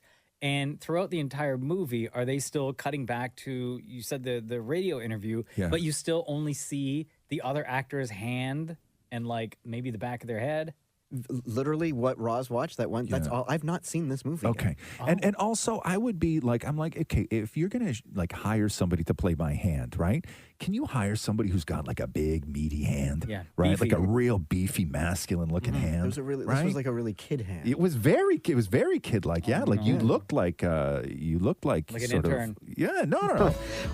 Welcome, Harris Sanderson. So what's the name of the movie and when can I see it? Okay, the movie is Country Roads Christmas. Yeah. You can see it on Super Channel. November 26th at 8, November 30th at 5, December 1st at 12:35, December 4th at 6:05, December 8th at 9:30 p.m., December 13th at 12:30 p.m., December 19th at 11 a.m., and December 30th at 9:30 a.m. and 8 p.m. Wow. Right? Damnit Maurie. Yes. Or $9 on Amazon for the DVD. Oh, okay. Enjoy anytime you want. Welcome, Harris Sanderson. The Roz and Mocha Show podcast. Roz and Mocha's Fix My Life. What advice can you guys give me? Okay, so my question is, got a problem you can't fix? Roz and Mocha got you. Sarah, it's Roz and Mocha. How are you? Good, how are you? Good. Drama in your life, huh? Yeah, a little bit. What happened? Well, I feel like I just lost my best friend of 15 years. Oof, you wrote us this. Roz and Mocha fixed my life. My best friend and I started having a falling out over the past year, and we literally just officially ended it. I have 2 vinyl records that are at her place. She's in Vancouver, BC. I sent her so many messages, and she ghosted me every time. So when I finally messaged her about meeting so we can hand it off, so she can hand it off to me, she answered and agreed to meet. So the day finally comes, and I messaged her, and again, nothing. I thought I was a good friend. I've been there for her on so many occasions, like breakups or bad days at work. I'd like to have my records back, or perhaps my friend too. So what happened? Whoa, hold on. I need to know what records they are. Okay. One is an Elmore James record, and then the other one is Star-Crossed by Casey Musgraves. Okay. So they mean a lot to you? Well, I mean, like, I went there with the intention of finding them and buying them, and that's what I did. They were at her place, but we both knew that I'd be coming back because I got a job, which she encouraged me to take so we could see each other more. And she's like, tell me what days you're off. We can hang out. Okay, so hold on. Pause on the records for a second. Jesus. Okay.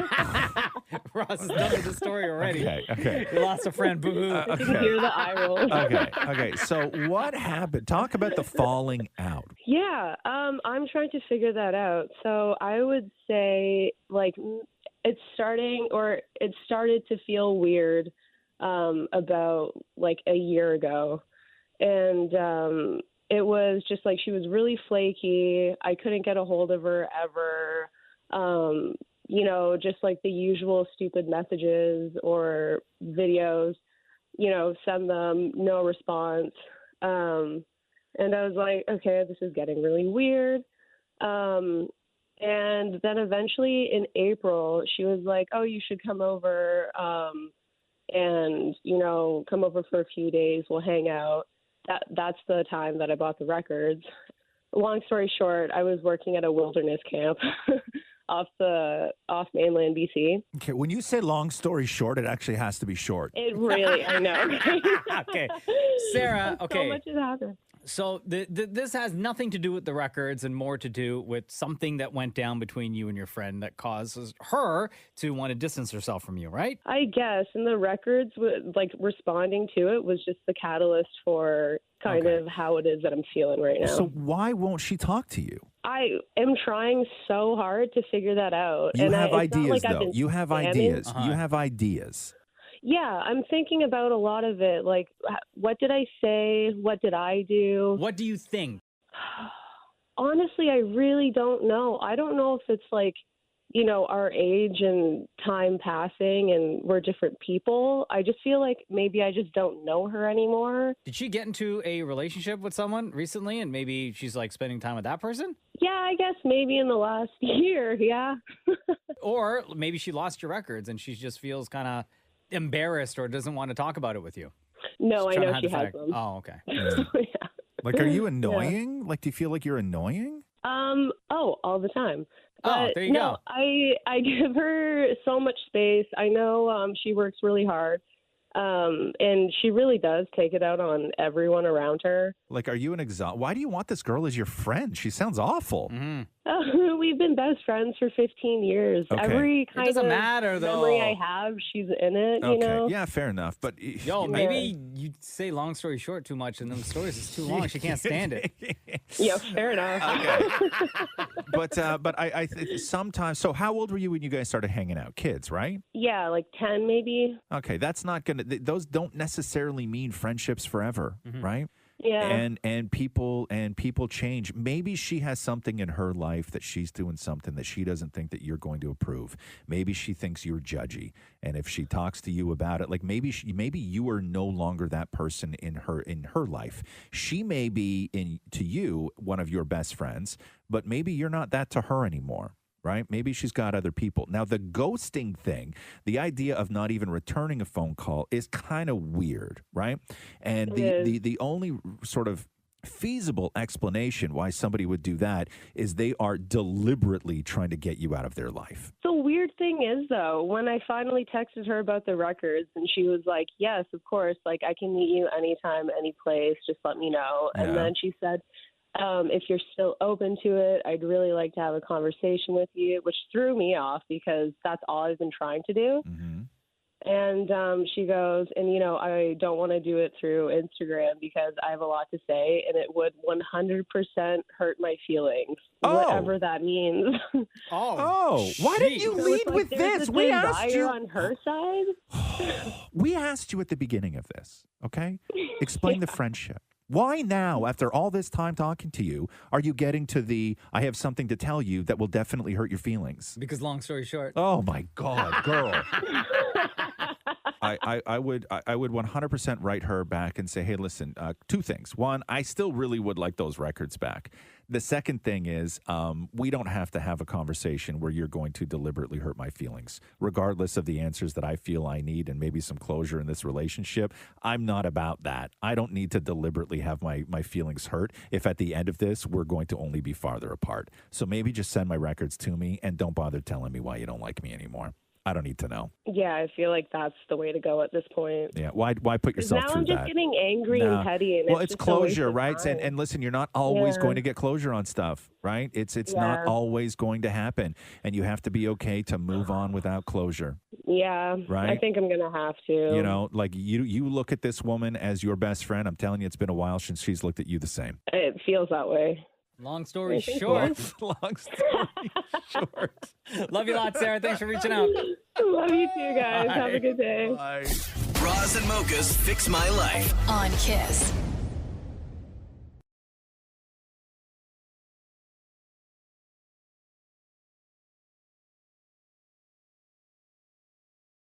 Ralph Macchio, a.k.a. the Karate Kid. He was in parts 1 and 2 and, of course, all 5 seasons of Cobra Kai. He released a memoir and joins us right now to talk about it. Ralph Macchio, what's going on, brother? It's Roz and Mocha. So far, so good. Awesome. Dude, congratulations on the book. Waxing On, the Karate Kid and Me is out right now. How pumped are you? Yeah, I'm very excited. I mean, it was, you know, I had all these stories over the past, I'm saying it out loud, but over the past 38 years from when I started walking in the shoes of Daniel LaRusso, and how it's never sort of gone away and always been there, and through thick and thin, and now it's, you know, kind of back and for multi-generations. And it's just, you know, these are the stories that only I could tell, instead of just celebrate what a gift that has been, and tell some behind the scenes, never been told stuff. And it's a lot of fun, and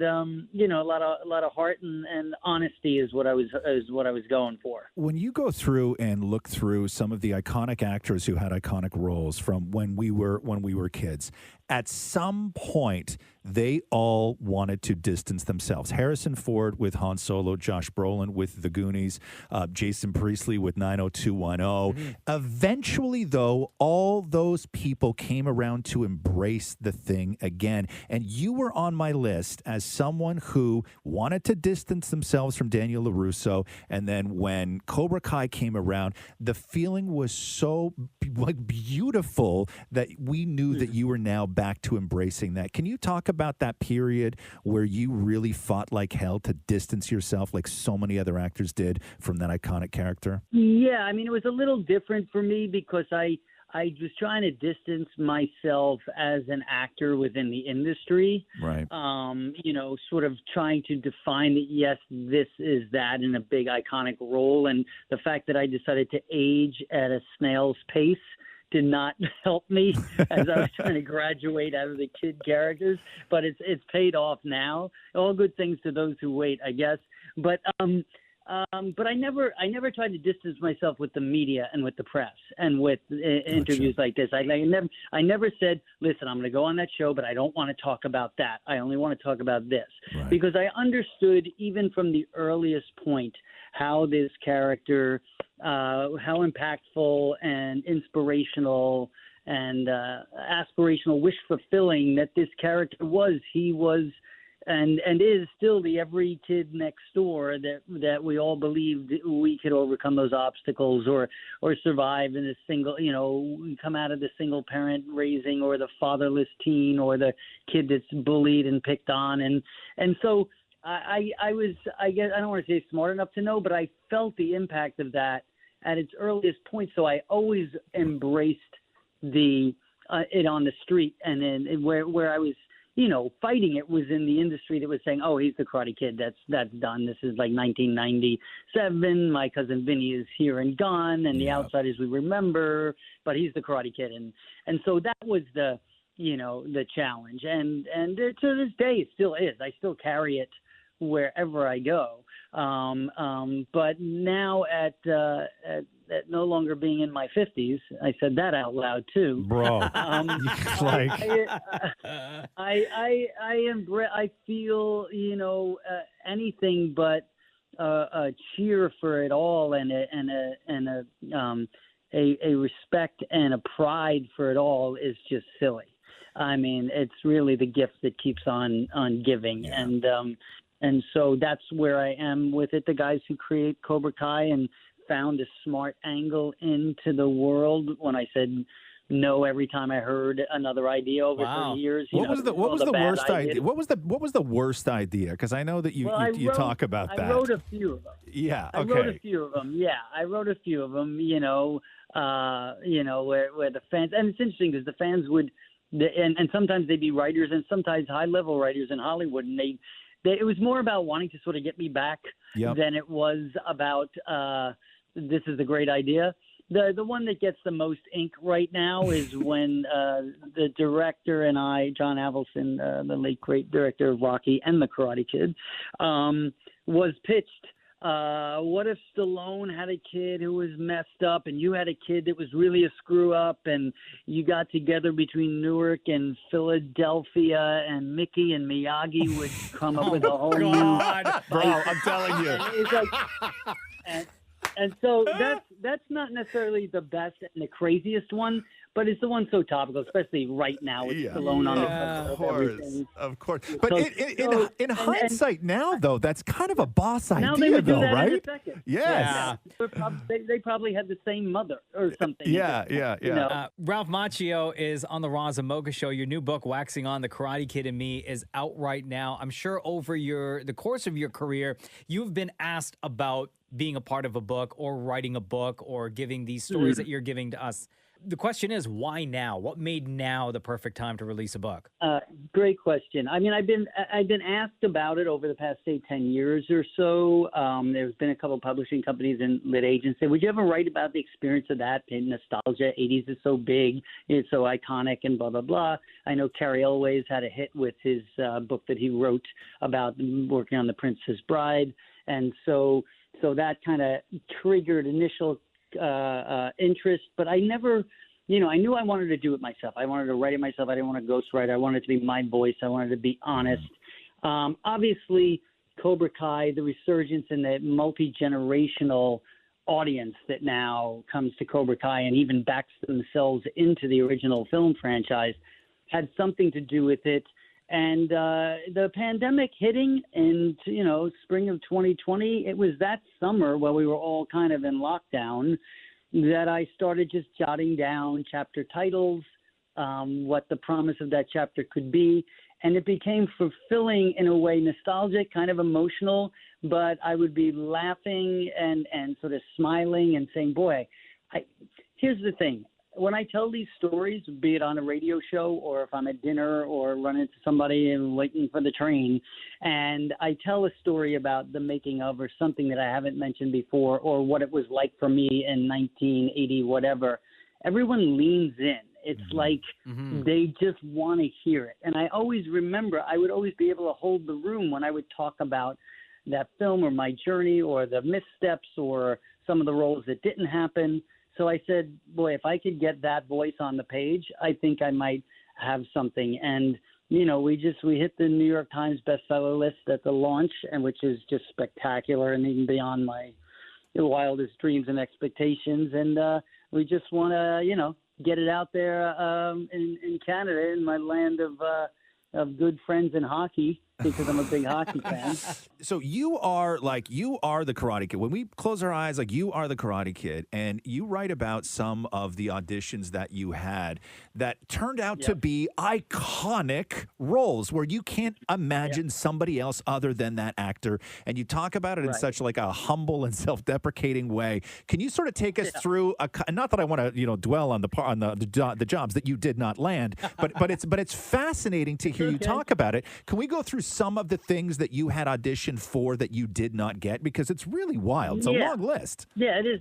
Everyone loves to hear that stuff because you want to, how even how iconic moments in movies or lines of dialogue. Yes. I mean, I think we need a bigger boat from Jaws or, the Yo Adrian or Wax On, Wax Off or, E.T. Phone Home. Who knew? You know what I mean? When you think you got something, but so, the ones I write to, I don't want to tip all of them because I really want people to read the book or get the audio book and everything. But 16 Candles was one of the, I go in that story. I love that story because I always joke that I never got a John Hughes membership card for the Brass Pack. You know what I mean? Like me and Matt Dillon did not fill out the form properly, I guess. But it's that audition. I went in with Emilio Estevez, who I worked with on The Outsiders, and we were buddies at the time, and still remain friends. And we auditioned together, him as the jock and me as the geek. Because this is the '80s when everybody was compartmentalized, stereotyped in a way, in the best possible way in those movies. And I was just too cool in my own mind that I kept playing it like with a character-y, like nerdy geek with a nasally sound and a kind of wimpy kind of walk. Right. And Hughes kept going back to me and just telling me to just play it as natural Ralph. And I just was like, what? I can't be this nerd. I'm so much cooler than that. What a diss. But I did my best. I did my best. Never got the part. And who knew that? And then I had And then there were some movies that I really wanted to do, but I couldn't per the Karate Kid 3-picture contract. And that was a little frustrating, at the time as I was trying to branch out. I was on Broadway with De Niro doing a play, and I met Sidney Lumet, the great director of, Serpico, Dog Day Afternoon, Network, Prince of the City. I mean, the movies he directed. And he was, starting to meet people for a film called Running on Empty, which River Phoenix wound up being nominated for, and in a brilliant performance by him. And I remember not being able to get to second base in that process because of Karate Kid Part 3. So therein lies some of my frustration of trying to make those moves. But you know what? River Phoenix that was the right actor, seemed to get the right part. That's what I say. Some actors might buck on that and say it's just a different version. But can you imagine Ferris Bueller not being Broderick or Marty McFly not being Michael J. Fox? And then I say in the same sentence, could you imagine LaRusso not being, Macchio? Bro, I don't know. It's that's how I put it. Listen, if I were you, I wouldn't even be able to watch those movies. I would still be so pissed off and frustrated. All this time later? Even all these years later, God. I would still be pissed off I didn't get Marty McFly. Have you ever dressed one of your children up as a shower for Halloween? Not as a shower. Oh, but okay. my son in probably first grade. But my son probably in first grade, I think it was, I gave him the actual headband that I wore in the movie. And he wore that. Dude, that's amazing. The only thing bigger than that, believe it or not, is he was taking guitar lessons, and I let him take my guitar from Crossroads. I don't know if you know that film, but, bro. Oh my God. Crossroads was my movie. You and Steve Vai in Crossroads is still one of my favorite scenes in any movie ever. It's the ultimate gunfight with two guitars. Buddy. That's crazy. Cutting heads. So anyway, he brought the guitar to his guitar lesson, and it was just being passed around from one guitar teacher to the other, like the Holy Grail was dropped off. I said, that's the last time you're bringing that over there. I've been offered more for that guitar than the 47 Ford convertible from the original Karate Kid movie. Oh my God. That's awesome. We encourage everyone to pick up the new book. It's called Waxing On, The Karate Kid and Me. It's out right now. Ralph Macchio, thank you so much for making time for us on the Roz and Mocha Show, man. You got it. A lot of fun, man. I appreciate it. You guys have great you too, and brother. enjoy the book. Roz and Mocha's Fix My Life on Kiss. I'm going to play you this clip of Kevin Hart talking about being robbed at gunpoint when he was a kid and he was with his mom. Jesus. They're coming back from the laundromat. And the fascinating thing about this story is the way Kevin Hart's mother handled the situation. This is from Barstool's $1 Million Worth of Game podcast that Kevin Hart was on. Listen to this. I remember me and my mom got robbed. You and your mom? Me and my mom got robbed. Damn. You want to hear the crazy part? Coming from the laundromat. We got the shopping cart. I'm talking folded clothes, right? My mom got the cart. I got my book bag. I used to go to the laundromat, do the homework. My mom used to carry this little fanny pack, orange fanny pack. Dude came out. He said, "Get that up, bitch." And my mom was like, "No." What? Swear to God. Listen, black women back then was different. They was different. Listen, swear to God, hand on the Bible. My mom said no. He said, you think I'm playing with you? Get that up. My mom was like, it's nothing in it. No. And I'm just standing there. I'm looking. I don't even know what to do. I'm shocked that I'm looking at a gun. He snatched it off. He go through it. My mom had a bunch of tokens in there, right? The guy get mad. He throw it at my mom. He broke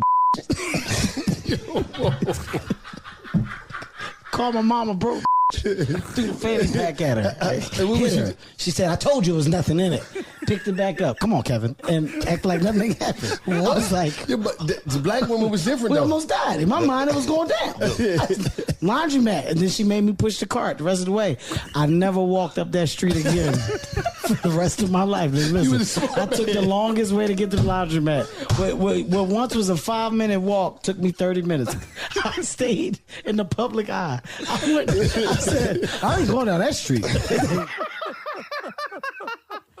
Like the scariest situation to be in when somebody runs up on you with a gun to rob you.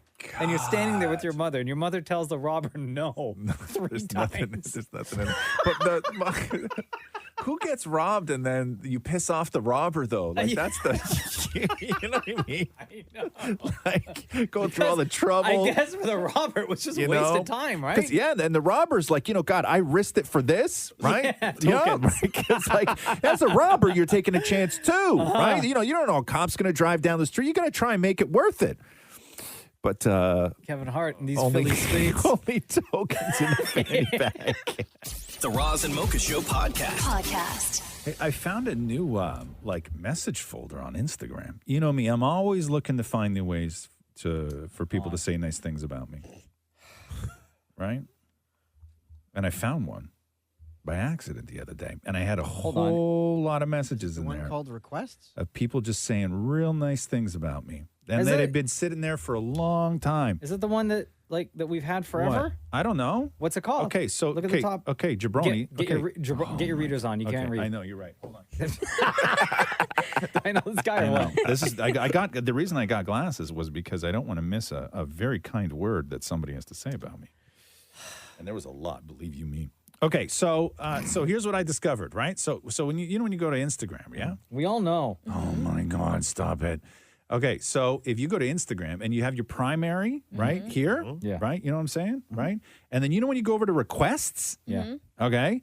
And then if you flick that up, you get to this thing that says hidden requests. Yeah. It's been there forever. I didn't know that. Wait, I didn't know that either. What are you talking So about? go to requests, put your thumb on the bottom put your thumb on the screen on requests, and slide it up quick, and you're going to get a thing that says hidden requests. Or just scroll down to the bottom. It just keeps going though. Like there is no bottom to the requests. Oh, there is. I do. Yeah, there is. Oh, I don't. At the very bottom, right there. It says hidden requests. Yeah. Did you find it? Hidden Yes. request. And I find it like No. forever. Did you find that, Right there. Deepa? All I see is all requests. Okay, show Deepa. Here. Show Deepa. Well, Scroll up. Flick it up. I have no DMs, but Flick it up. Flick it up. Like no, flick it up quickly. No, quickly flick it up. Deepa. Yeah, there you go. And you're gonna see a little thing. Keep going. Keep going. Oh, all the way to the end? there, See right there. Click that. Yeah, click that. You're gonna. Shoot. Yeah. Oh my God, I have 20 plus hidden requests. Yes. Oh my Lord. Girl. Oh my Lord. Right? I have 0. Okay, but the question is, why are they hidden? I don't know because I don't know. It's like some weirdo filter. Don't touch those. Don't touch them. No, I'm reading them right No? now. Well, okay. Uh-oh. See, I made that mistake because people were saying real nice things about me. Yeah, no. Hey, Maury, when are you going to write a book? Yeah. Right? People say nice things. So listen, right? You know me, always on the lookout. I just thought right? I always get like spam in mine. It says, "Hey, looking for a friend," and then like question mark. But you are though. Oh no, that's the message request Guys. on in Facebook. That section has been around. What? The thing that I just discovered now For a really that's long brand new? No, it hasn't. It No, sure it has. hasn't. Once a week. Yeah, It's been there Stop it. forever, guys. Stop it. it's been there, man. Guys. It's No, you don't know. I feel like I'm talking to my parents who are saying, "Did you guys know you could surf the internet on a Shut computer?" up. You didn't know this until today. Hey, Mocha, your No, parents you- wear readers too, right? Yeah, you shut up too. You didn't know this. Of course, No, not everybody knew this. I mean, my parents don't know. Oh, for God's sake. I didn't Deepa didn't know. know. I didn't Deepa's know. like a full-on, what are you, Gen Z? I guess is what you are, Deepa? Yes, we're Gen Z. Right? Yeah, we my are. Mocha and I are God. Gen Oh, Z. stop it, Yeah. the two of you. Okay. You guys are Don't look down your impossible. glasses at me like that, sir. The Roz and Mocha Show podcast. Julia Fox was on a podcast this week talking about after her relationship with Kanye, how her acting career kind of took somewhat of a dive. Yeah. Well, she took somewhat of a dive after her relationship with Kanye. They dated for like 2 seconds. And I've never seen anyone use their sort of like 15 minutes of fame in a weirder way than Julia Fox did after she got super famous from Kanye. I even when she was in Uncut Gems, Yeah. right? I knew nothing about Julia Fox until she was dating Kanye because I never watched Uncut Gems. Right. I didn't know who Julia Fox was. And I watched Uncut Gems. Oh, did you? Yeah. Oh. I didn't put two and two together. Yeah. Right? Uncut Gems. Right. So I did not watch Uncut Gems. And now when I'm watching YouTube, I see commercials for Uber Eats. Oh my gosh, she's so funny in them. Like she's good with in those Julia commercials. Fox talking about yams. Yeah. Is that what she's saying? Yes. I've been trying to figure that out. Yes. Yeah. She's ordering yams. Yeah. I will say she does seem to have a sense of humor about the whole thing. Like, I think that she is I think that she's a clever woman in the sense that I think a lot of the weirdness, like when she shows up, like when you see the paparazzi pictures of her and she's wearing like a shopping bag as a skirt, right? I don't think it's like, I don't think she's nuts. I think she's actually quite clever, but I've just never seen somebody capitalize on their 15 minutes in a weirder way than she has. So she was talking to Emily Ratajkowski, who has a podcast called High Low with Emrata. Yeah. And listening to this episode, man, the two of them, they both sound like it's hard to differentiate who's who because their voices are so similar when they speak. They have that Southern California. Like the Californians. Exactly. On SNL. Yeah. They always talk like that. And then I can't tell who's who until they mention something about one of their kids. Okay. Right? Okay. But this is Julia Fox on Emily Ratajkowski's podcast. With acting, I don't know. I also kind of feel like after this whole like the big relationship and all the like things that followed, I definitely felt like, oh, I feel a shift in like the acting way, like not in a good way, where it was like, I'm not getting as many like offers as I was before, weirdly. Because they're judging you, basically. Maybe they're like, because she's not an actress. Liability, just tabloid type of person. Like, I don't know what it is, but that was something that I noticed. And I was like, okay, this is weird. There's been a lot of weird drawbacks like here and there with like reaching that level of like notoriety. Well, do you feel like people try to typecast you more now, kind of, or like not as an actress, Well, I but as a think before person? I was really typecasted as like curvy Italian girl. And now I'm just like skinny and look sickly. And it's like, I don't know. We'll have to see. But it's fine. Julia Fox. Julia Fox on Emily Ratajkowski's podcast. And I'm not hating on either of them, but Julia Fox is she's an interesting one to me though, like extremely interesting because she parodied herself. Like that Uber Eats commercial is funny. Yes, right. Like it she's is. hysterical in it. Like she totally is in on the joke, and that's sort of what makes me, love the woman. Yeah, get you some yams. The Roz and Mocha Show podcast. Jason Momoa got naked on Jimmy Kimmel last night. Really, really Pretty nice much. behind. Pretty much. So remember we just had this conversation of like how The Rock and Jason Momoa try and like out Hawaii each other. Like who's like the biggest, like most salt of the earth, hardcore Hawaiian. And I think it was me and Shem that said that it's like hands down Momoa, right? Like he's winning that fight. Right? He's as in the most genuine. Oh yes. As in who is repping Hawaii like in like the most sort of like pure way, right? Right. I'd like to add in Momoa for my vote. Thank you. And so he's on Kimmel last night because Momoa got that giant tattoo on the side of his head, right? And it's not just a tattoo. Did you see the video of him getting that tattoo? Looks like it hurt. So he did it old school where they take a stick, like a spike, and they dip the stick in ink, and then they have a mallet where they hammer it into your head. Like it's not a gun, right? Like it's not a tattoo gun. Like this is like hammer and mallet. Yeah. And he's lying on a bed, and guys are like, who are all like almost as big as Jason Momoa, are holding him down. Ooh. Right? Like it's crazy. So this is first before we get to him stripping. This is Jason Momoa talking about the tattoo. I know you got a tattoo, a very subtle one. Yeah, subtle tattoo on your head since last I saw you. Now that's a serious, no kidding around tattoo. Yes. What is the design? What does that represent? It represents protection for my family. It's a family. It's a family crest or pattern. Yes, kind of. It's an ihe, and so it's for this. They're the spears, and I got it done the traditional way, and they get it tapped. So you get the it. traditional way looks very painful. In fact, the traditional way, it looks like you got a bunch of muscular guys holding you down. It's all my beautiful family, and it was a blessing. It's extremely painful. But I definitely met my ancestors. How long did it take? 2.5 hours, which felt like 24 hours. And then, like, what happens if you get a role playing like Benjamin Franklin or something? Can you cover it? Well, I just let my hair grow. I don't think Benny's going to be rolling this hairdo right now. You know what I mean? And do you call like DC and go, hey, listen, I know I'm Aquaman, but I'm going to be Aquaman. I don't ask for permission. So you're not going to like this. You definitely didn't ask for permission, did you? No. Did you tell them? Did they know? Did anybody weigh in and go like, hey, Aquaman's got tattoo I haven't heard now? from him yet. Yeah, I haven't heard from him. I think it's going to go well. Aquaman 2 is in the can. It's going to be good. No. Yeah, but guess what? No Aquaman 3. There was a picture of him fishing, too, on a boat, and he's wearing, like, this loincloth. So in the back, it's a thong. Like, it's straight up his ace cheeks, right? And then in the front, it has, like, a long sort of rectangle pouch thing, flap, that hangs down. Right? For coverage. Deepa, did you just ask for what?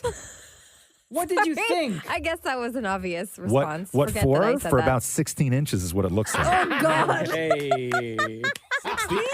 That's what it looks like. That's a Sounds lot. like I know. I'm going on the size of the piece of fabric, Deepa. Oh, okay. 16. Jesus. Damn. Okay, so so I'm envious. Kimmel brings up this picture of him tanning his cheeks, and then I guess Momoa just like stripped down. Like, so here's that. I'm doing a show. I'm a creator and writer and director and producer and actor on this Apple series called Chief of War, and it's all 1780s, 1790s Hawaii. That's what I wear every day, and I was just getting ready for the role because I like to get into character, and so I was tanning my white ass. Yeah, that's something, and that's comfortable. Oh my God, yes. Yeah, it is. I actually don't even like wearing clothes anymore. Is that true? I'm in it every day. I wear it all the time. Are you wearing this like under your clothes right now? Of course. Are you really? And gets out. Is it made out of leather? I'm having a hard time figuring out what it's. Let me tell you, I've never felt more like Danny DeVito than I do right now. That is Jason Momoa. The Roz and Mocha Show podcast. Here we go. Here we go. Yes. What happens when you stand really far from your mic and I get really close to my mic? So say something. So you say something and then I'll say it back. So you're going to be Like in a loud voice? Yeah, you're going to be super far and I'm going to be super close. Okay. Okay. Go. Say something. Oh, yeah, it's about that time. Oh yeah, it's about that time. Podcast edition. Podcast edition. You know what to do, Roz. Hey Mocha, Yeah. you ready? Yeah. Let's do the news. The Roz and Mocha Show podcast. News break. Megan Thee Stallion is responding to Drake's new track. The song is called Circo Loco, where I guess in the track he accuses Meg Thee Stallion of lying about being shot by Tory Lanez. So we'll play the clip in a sec, but this is what you're listening for. He says, this bee lie about getting shots, but she's still a stallion. She don't even get the joke. But she's still smiling. Shorty says she graduated. She ain't learned enough. Play your album, track 1, K, I heard enough. And I guess that's in reference to the fact that she had just recently graduated from college. So here's the clip. This bitch lie about getting shots, but she's still a stallion. She don't even get the joke, but she's still smiling. Shorty says she graduated. She ain't learned enough. Play the album, track 1, K, I heard enough. Okay. And so I'm going to read some of Meg Thee Stallion's tweets here, but I've substituted the B's and the N's and all that stuff. Okay. Thank you. Thank you. Okay. Oh, thank you. Really? Yes. Thank you. Yes, you're right. Yeah. You know, I'm that kind of guy. Yeah.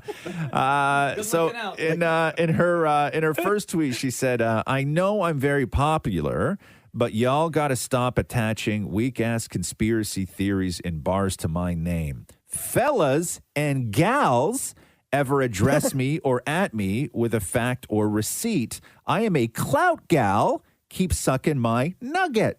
In a follow-up tweet, she said, "Stop using my shooting for clout, fellas." She continued in a third tweet, since when TF is it cool to joke about women getting shot? You fellas, especially rap fellas, are lame, ready to boycott about shoes and clothes, but dogpile on a black woman when she say one of y'all homeboys abused her. So she got a point. I think she got a point, right? Like, why even bother with the put that in the song? He said, he's talking about Meg Thee Stallion. Of course. 100%. Right? Yeah. And nuggets. Right? Yeah. Well, she didn't say nuggets, though. No, she did not say nuggets. Thanks for the edit, though, by the way. Yeah, you're very welcome. Right? That took a lot of work. The Roz and Mocha Show podcast. What in the hell's going on here? There's no Christmas tree at the Eaton Center this year. I am so upset because they're doing renovations on the ceiling. Is that what's happening? So let me if you go there now, there's scaffolding everywhere. Oh, man. So why can't they put up a smaller tree? Right? That's what I'm wondering. Like, just put up like a tiny little thing in the corner. Because they got that huge, long tree, right? Long, I guess it's not long, tall, right? Tall. Yeah, Yeah. thank It's you. tall and red. Yeah. So it's not there this year. Cadillac Fairview says, yeah, Maury, because of the ongoing roof revitalization project, the 108-foot tall Christmas tree will stay boxed up this year. Instead, the shopping mall will launch a Merry Christmas music holiday campaign on November 17th. And the kickoff event will feature a lineup of celebrity performers. Are you going down there for it? So the first group of celebrity performers, Chantal Kreviazuk and Cardinal Official. Oh, that's love all it. right. I was down there one year. I did the lighting one year for it. Oh, did you? Yeah, Really? they let me turn it on. Flip the switch? Yeah, yeah, it was a big deal. I felt honored when they asked me to do that. Yeah, I really did. It was a huge honor. How many years ago was to that? do that?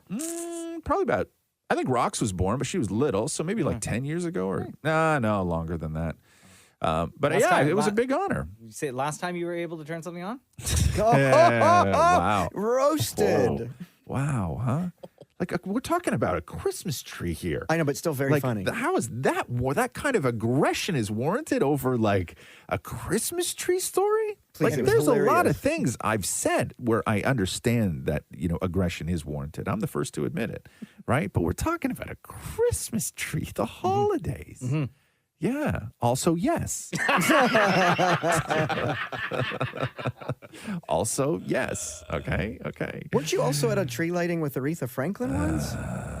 That wasn't a tree lighting. That was an Aretha Franklin. It was the window the opening. window unveiling. I used to do all this Christmas stuff at the Bay. No, at Holt Renfrew. Oh, they hired me to introduce Aretha Franklin. I think it was like me and Cheryl Hickey that were there, and like they had figure skaters on the street. They built this fake skating rink, and then they out of like plastic, like it wasn't I've even seen those. ice. Yeah. And then the figure skaters came out. You can get those and for your did it. backyard. You can really, huh? Yeah. Yeah, and it was wild, but yeah, they paid a lot of money, man. I'm not going to turn that kind of money down around the holidays. They put those fake rinks on like cruise ships and stuff. Do they? Yeah. No. So like in the summertime, you could be, going around the Mediterranean, but then also quote unquote ice skating. In a Speedo. Right? That sounds dangerous to me. Sounds glorious. That sounds dangerous. Speaking of turning things on, huh? The Roz and Mocha Show podcast. I'm going to watch the Selena Gomez thing this weekend. Oh my God, dude. Have you heard the song? Yeah. My Minded Me? So she released it yesterday. Heartbreaking. Wanna hear a part of my story? I tried to hide in the glory and sweep it under the table so you would never know. Sometimes I feel like an accident. People look when they're passing and never check on the passenger. They just want the free show. Yeah, I'm constantly trying to fight something that my eyes can't see. My mind and me. It's really good. Yeah, this is a song that they use in the trailer for the documentary, which is out right now, also called My Minded Me. I don't know if I'm ready for this. Like, I was really into it when I watched the trailer because I'm like, I love Selena Gomez and I want to see this documentary. Yeah. But like, I don't know, man. It just seemed, based on the trailer, it's like really sad. Yeah. Yeah, Right? but I think But it's that's important. I think that this, though, is the sort of wonderful thing about show business now, which is you can be all sorts of different things. You don't have to just be one thing, which somebody like Selena Gomez for a lot of years had to just be one thing, even though she is made up of a lot of different things. There's a lot of different parts to her, and some of those parts hurt like hell, and you're just never allowed to talk about it or show it. And they really capture that in this documentary. And it starts off with Selena, the lead up to her 2016 revival tour. And she's talking about just sort of what it's like to kind of be, her and the pressure, and then always being sort of tied to Justin and not being able to stand on her own. But here's a little clip of Selena Gomez, My Mind and Me. It just sucks. What's wrong? All of it. It looks so bad. And I'm just like, I have no idea what I'm doing. What part did you feel that? From the beginning. So I get the voice that comes in my head that says that you missed this, that sucked, that sucked. Oh, you get a glimpse of yourself on the screen. Wow, that looks pretty And then I'm sitting there and I trip over the clothes and I'm like, this is just, like, it sucks the life out of me and I don't want to perform. The pressure is just overwhelming because I want to do the best I can and I'm not, I don't know what John thinks. I want to talk to John because I'm like, I don't want to disappoint John. I don't want him to think that he signed some Disney kid. Like, John was standing there like smiling ear to ear. It literally is in your head. If you don't like costumes, you can too, change them. because like the whole song thing, he called me this morning about the song with Justin, and I was like, when am I gonna just be good enough by myself? Like, when am I gonna be like? When am I gonna be good just by myself, not needing anybody to be associated with? Oh my. So John, by the way, is the CEO of Interscope Records, right? The guy that signed her. So that is Selena Gomez, My Mind and Me on it's an Apple original documentary. I watched most of it, and it is just Is it? It's good? It's sad? It's heavy. Yeah. Is it? Yeah. I'll get Sometimes to it heavy's eventually. good, though. I know. Let me See, tell ya. my problem is I like to live in a world where everyone I like, I want them to be living like a happy life. Right. And nothing bad happens in their life. Right. Yeah, even though I know, even though I know like bad things happen and people go through their stuff, So I don't know. It just, I have to be prepared to watch But this. I like when people can be honest too. Of course. There's a thing though, right? Like with the what makes this different than say the Demi Lovato doc was Demi Lovato used that opportunity to sort of put up a face because Demi Lovato was still very much going through the throes of addiction when making that doc, and it was a mistake to make that. It did not help at all. But when you listen to the way that Selena Gomez reflects on this process, that going through everything that is in this is sort of what got her to the point of where she is today. And there's a realization that happens, and there's a comfort. There's a comfort in looking back, because when you spend so much time moving forward and you take no time to look back, one, out of fear, or two, you don't like the person you were. It's good to sort of, when you get to a point where you're comfortable with yourself, where you're comfortable with your mental health, where you're comfortable with your life, to start going and realizing all the sort of, steps that you took to get to that point. And oftentimes, this is what it looks like. It looks and sounds just like I just this. want people that I like to be good. Yeah. And who doesn't, right? Who doesn't? But everybody sort of has their thing. But I'm very much looking forward to that. Very much looking forward to it. The Roz and Mocha Show podcast. Lindsay Lohan. So she's got a new, was it a Christmas movie? Is that the deal? Okay, so it's called Falling for Christmas. And in in promotion for the movie, she redoes Jingle Bell Rock. So they did Jingle Bell Rock in Mean Girls. Oh, so fetch. Right? So fetch. So this is Jingle Bell Rock from Mean Girls, if you What remember. a bright time, it's the right time to rock the night away. Jingle bell time, it's the swell time to go Sounds like riding Maury's in in a charge of one-horse clapping. sleigh. He's off beat. Giddy up, jingle horse pick. I forget that Lindsay Lohan was a singer. You know that? Like I really, like when I think of her career, I completely forget that she was like a pop star. Oh, yeah, big time. at one point. So here is Lindsay in the studio redoing Jingle Bell Rock. Then we will discuss. Jingle bell, jingle bell, jingle bell rock. Jingle bells swing and jingle bells ring. I don't hate it. Snowing and blowing up bushels all right. of fun. Now the jingle hop has begun. Jingle bell, jingle bell, jingle bell rock. Jingle bells chime in jingle bell time. Dancing and prancing in Jingle Bell Square. In the frosty air. I don't mind it. I like the arrangement. I'm good. One complaint. What? No bells. Horns, no bells. You're right. I hear both. There's bells. Yeah, there's bells. You Yeah. can hear them. Yeah. They're kind of buried. Maybe they're but not belly enough.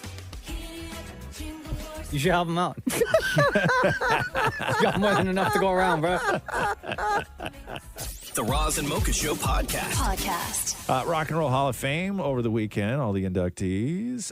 Duran Duran, Pat Benatar, Eurythmics, Lionel Richie, Judas Priest, Carly Simon, Dolly Parton, and Eminem. One of the big stories is that they revealed that Andy Taylor from Duran Duran wasn't there because he is battling stage 4 prostate cancer. Oh, geez. So they revealed that during the show last night. Dolly Parton, who had originally, if you remember, declined her spot in the Rock and Roll Hall of Fame because she felt that she was not rock and roll, and then they convinced her to accept the honor. So this was Dolly on the red carpet before the show. I said, Rock and Roll Hall of Fame, me in the Rock and Roll. And actually, I thought, well, I don't know if I deserve to be in the Rock and Roll Hall of Fame because I never thought of myself as a rocker. But I've always loved rock and roll. My husband's a huge rock fan. And I just thought that the Rock and Roll Hall of Fame was for the rockers of the world. But anyway, when I found out it was a little more than that, just the fact that I had influenced people with my music. And I said if they put me in, I would accept it gracefully, and I'm here and I will, and I'm honored. Aw, Dolly. Yeah, and it was kind of cool because they put everybody sort of on stage together. First of all, this show is like, I think it was like 5 hours or something like that that they then have to cut down, right? Like it's a long show. This coming weekend. Yeah, they have to cut that all down. And I guess that they put her on stage with Rob Halford from Judas Priest, who's like a super metal guy, and then Lionel Richie was with Dave Grohl from Foo Fighters. I love it when it do stuff like that. So do I. I'm all for it. But Dolly did do a little Jolene. Because this is everybody from inside the arena filming on their phones, right? Yeah. Because it has an air cam. Eminem. So let's get to Dr. Dre first. So Dr. Dre was the person who actually inducted Eminem. And here's a little bit of Dre talking about how everybody warned him against signing Eminem. This guy has blue eyes. You can't sign him. There was a massive amount of resistance from my own team and people around me that didn't want me to work with him simply because he was white. Didn't want me to sign him or anything like that. While everyone else around me had their doubts, I knew that his gifts were undeniable. And during Eminem's speech, and I cannot wait to see this because we all know how fast Eminem can talk. Right? So during Eminem's speech, he spent 3.5 minutes thanking 100 artists. What? So he wanted to thank, you know how people go up and they thank the people that influenced them? Yeah. Eminem listed off 100 names in his acceptance speech. Now, do you think Eminem did that with his quick... I don't know. I don't know. I haven't seen it yet. Triplet rhyming? But apparently it was like a lot of well-known people and then other people that nobody's ever heard before. Like he just gave shout-outs to people that influenced him who were artists that maybe didn't make it, right? So he went through 100 names, but here's a little bit of Eminem performing as well.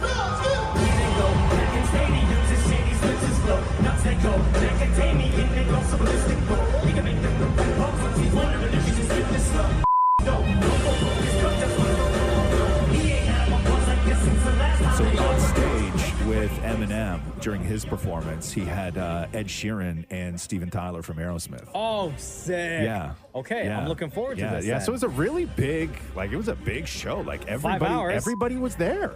It was crazy. All right. Yeah, I'm here for it. No.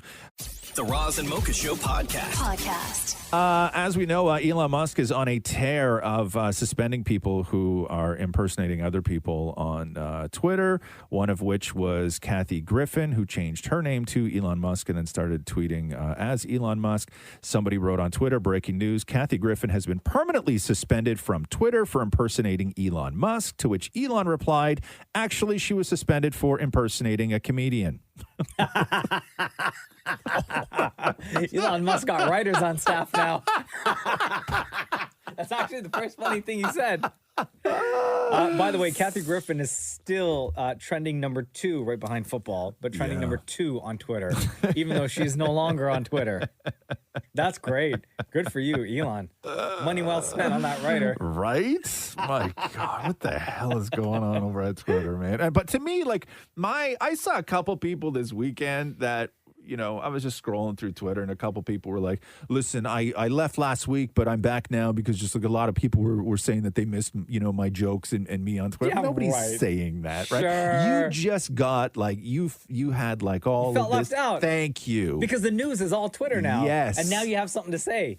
Right. And to contribute. Right. And like, you know, like everybody on Twitter is now just talking about Twitter. Yeah. Like that's the crazy thing, right? Is like Twitter is the biggest story. Like that hasn't been that way in a very long time. I Like can't people's remember. biggest gripe with Twitter has always been the no edit button. But now, Like when Twitter goes down. Right, Complaints yes. on Instagram and TikTok. Yes, when Twitter, exactly. That's Right. exactly it. But now when you go on Twitter, like the only thing people are talking about on Twitter is Twitter. It's crazy. The Roz and Mocha Show podcast. Aaron Carter, as we know, found dead in his home in Lancaster, California on Saturday, 34 years old. Aaron's house sitter found his body in the bathtub around 11 a.m. No word yet on the cause of death, but we know that he has been in and out of rehab several times. His most recent stint was this past September after losing custody of his son, who was just about 1 year old at the time. Melanie Martin, who is the mother, released a statement saying, "We are still processing and accepting this unfortunate reality. Your thoughts and prayers are greatly appreciated." Nick Carter was on stage with the Backstreet Boys last night at the O2 Arena in London, and the band paid tribute to Aaron. Here's that clip. And that song is very special to us because that song is about family.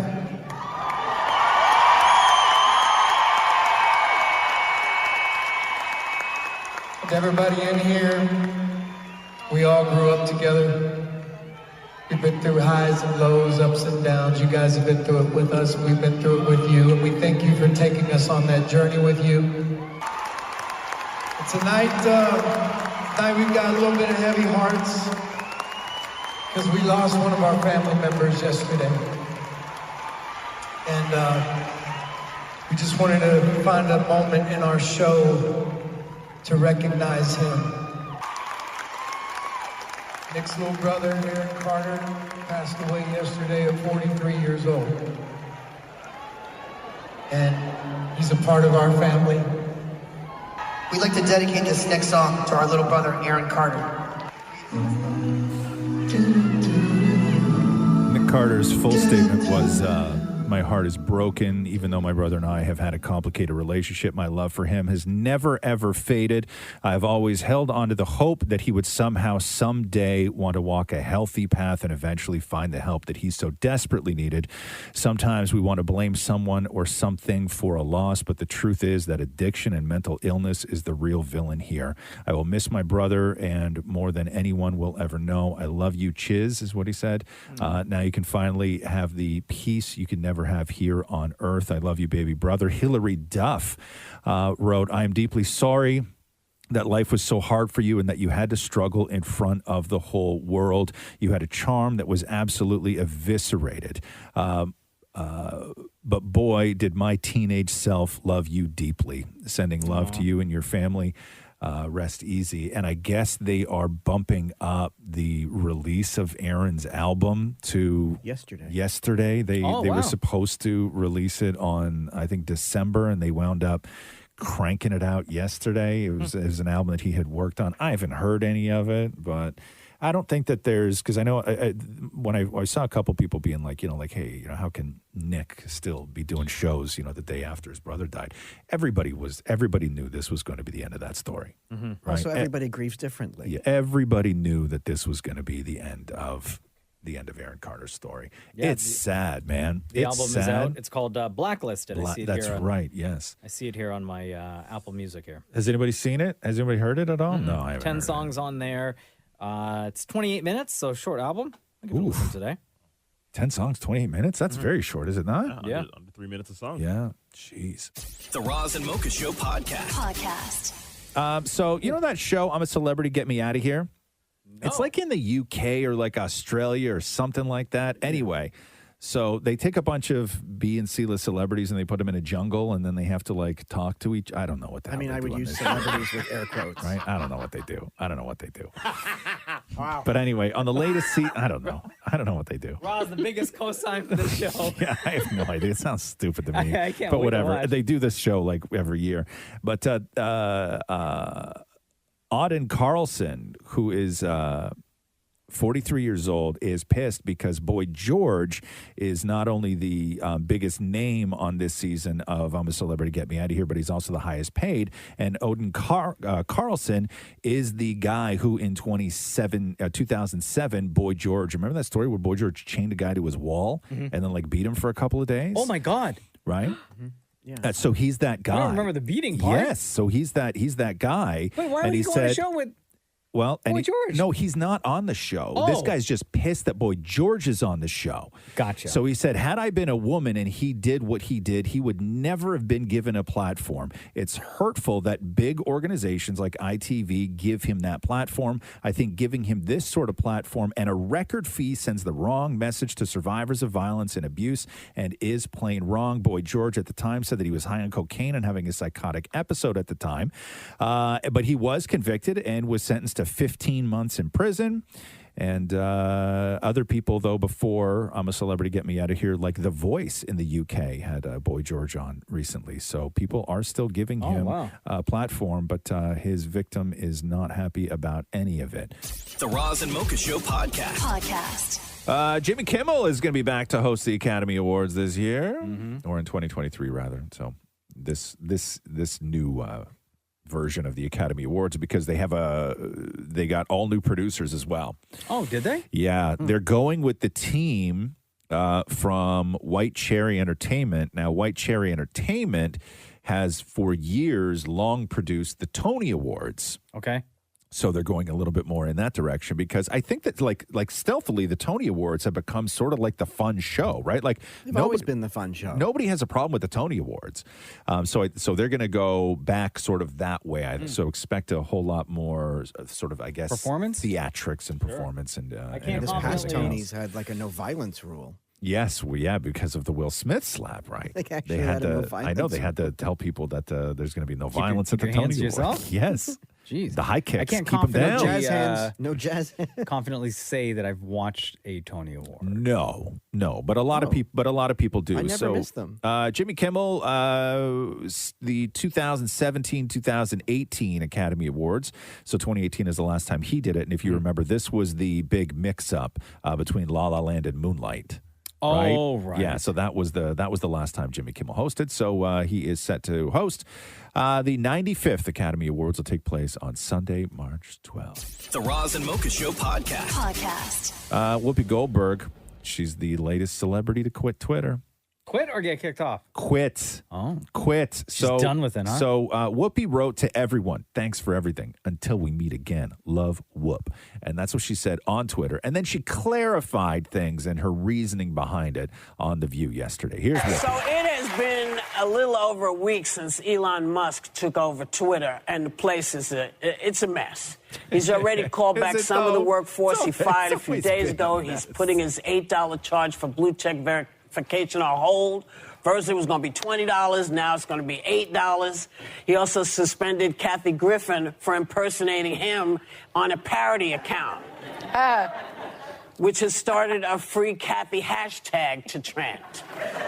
I mean, I'm getting off. I'm getting off today because I just feel like, it's so messy. Yeah. And I'm tired of now having had certain kinds of attitudes blocked, and now they're back on. Yeah. And I'm going to get out, and if it settles down and I feel more comfortable, maybe I'll come back. But as of tonight, I'm done with Twitter. I don't know. I'm looking at Twitter. Yeah.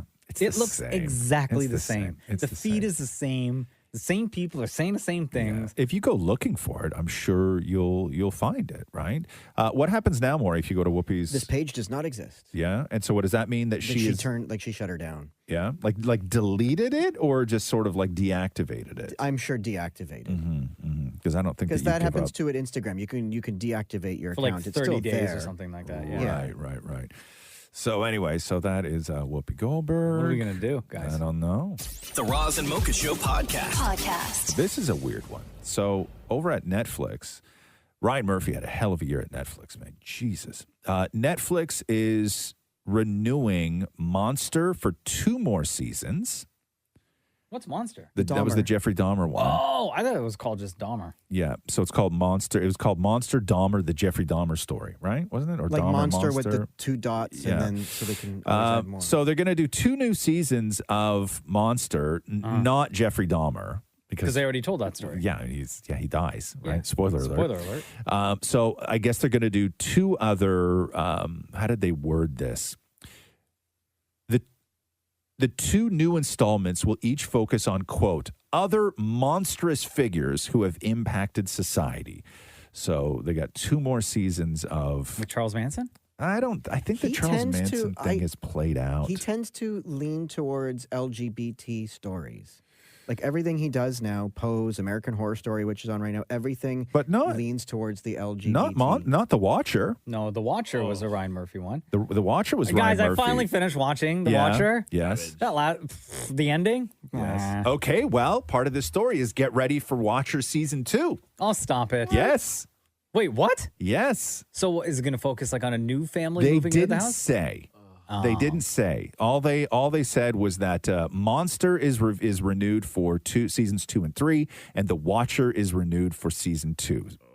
So I don't know whether they're going to go in a completely fictional. I mean, the whole show was fictional to begin with, but I don't know whether they're going to go a whole new family or whether it's going to be a whole new story or what it's going to be. If it's going to focus on the same house with the same letters and the same everything else. But I think that you have to. If you're going to go that far off from what the original story was, they needed to create somebody at the end where we found out who it was. Watcher, yeah. So I think in season 2, maybe they will lean that way. They'll just kind of like write it, from scratch. I thought I had it figured out after episode 3. Yeah. I was so confident. Who did you think it was after episode 3? The spoiler alert. Yeah. I thought it was a daughter. Yeah. Oh, you did? Huh? Interesting. I thought just being rebellious. Yeah.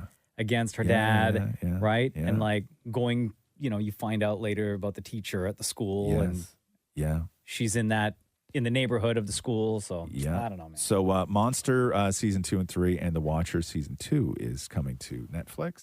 The Roz and Mocha Show podcast. People Magazine's sexiest man alive is Roz Weston. Thank you, Chris Evans. Hey, took a while to get to Chris Evans. I feel. He's hot, but he's like everyday hot. You think? Yeah, it's not like, oh my God, hot. He's hot. But you just made a face right now. You disagree. I disagree. I mean, he's Captain America. I feel like he's like the way Maury's talking about it, it's like, oh, he's average hot. But I think that he's like, prime hot. I would say that for sure. Now, is he average hot when it comes to that sort of world of star? Like, obviously, Chris Evans next to civilians. Right? But next to someone like, Roz. previous fellas that have received that honor, Dwayne "The Rock" Johnson. Yeah, like Michael B. Jordan. Yes. Who else? John Legend. Right. But Chris Evans in Staples is like the hottest guy in the store. Right? Oh, by far. Yeah, but Chris Evans compared to Michael B. Jordan, I don't know. Interesting. So here is Chris Evans talking about being people. By the way, we're not Magazine's dissing Chris sexiest Evans. man alive. We're fans, bro. We're just putting him on a scale. No, not at all. Hi, I'm Chris Evans, and you are at People's Sexiest Man Alive photo shoot, and Apparently it's me, according to my mom. My mom will be so happy. I mean, she's proud of everything I do, but this is something she can really brag about.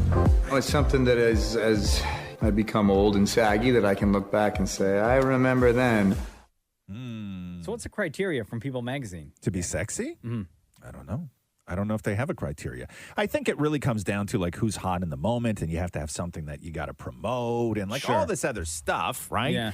But I think that aesthetics do play a part, although in the way that the world is now, it's like you can't just base something on aesthetics anymore. Like you have to have like charitable contributions and all that stuff, which I guess makes somebody sexy as well. But we're so far past the days of looking at men like cars, Right. right? Like, Smile arm. When you see them guns. Yeah. Right? Yeah. You can tell he takes care of leg day. Yeah. He never skips. Hey, so we were talking about this the other night, Catherine and I. So in the battle of the who's the sort of more legendary Hawaii hunk, are you Team Rock or Team Jason Momoa? It's The Rock. Come on. Oh, You think The so? Rock over Momoa. Yeah, you think? Love you, Momoa, but I mean, who's winning that game? I don't mean who's hotter. I mean, who's winning that game? Because if you look at their socials, they both try and out Hawaii the other one. You know what I mean? Right? Yeah. Bro, I'm way more Hawaii than you are.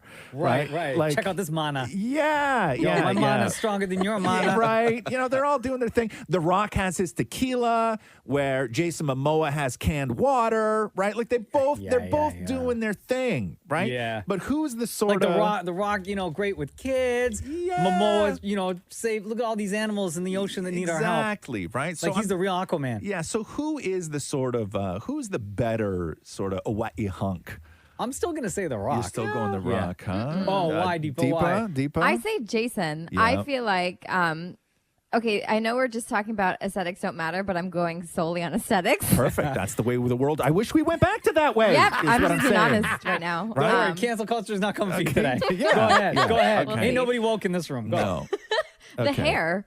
I mean, the hair does it all, right? Like, I feel like people just love his hair. He does hair flips. And that to me is just like, wow. But what about now, though? Because he shaved the sides of his head and he's got a big tattoo on his head now. Does that change anything at all for you? No, not really. I don't The think eyes so. and Not the for smile? me personally. Now, you wouldn't normally be interested in somebody who has a head tattoo. Yeah, no, I wouldn't. No, but on Jason Momoa, it's all fine, right? Yeah, I don't know. yeah. For me, Jason Momoa is like a character. Right.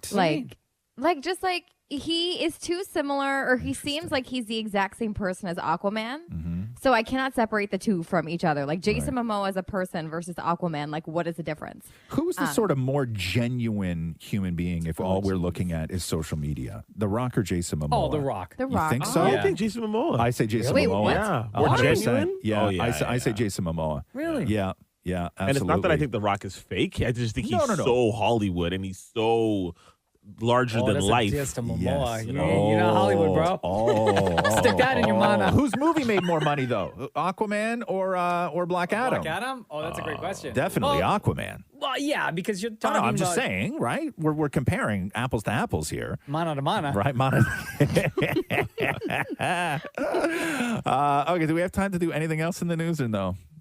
Yeah. Yeah, okay, cool. You got some more Momoa news for us? No, I don't have any Momoa news. Maybe I got to come back with some Momoa news. The Roz and Mocha Show podcast. Ryan Reynolds, the story was that Ryan Reynolds wanted to buy the Ottawa Senators if they come up for availability.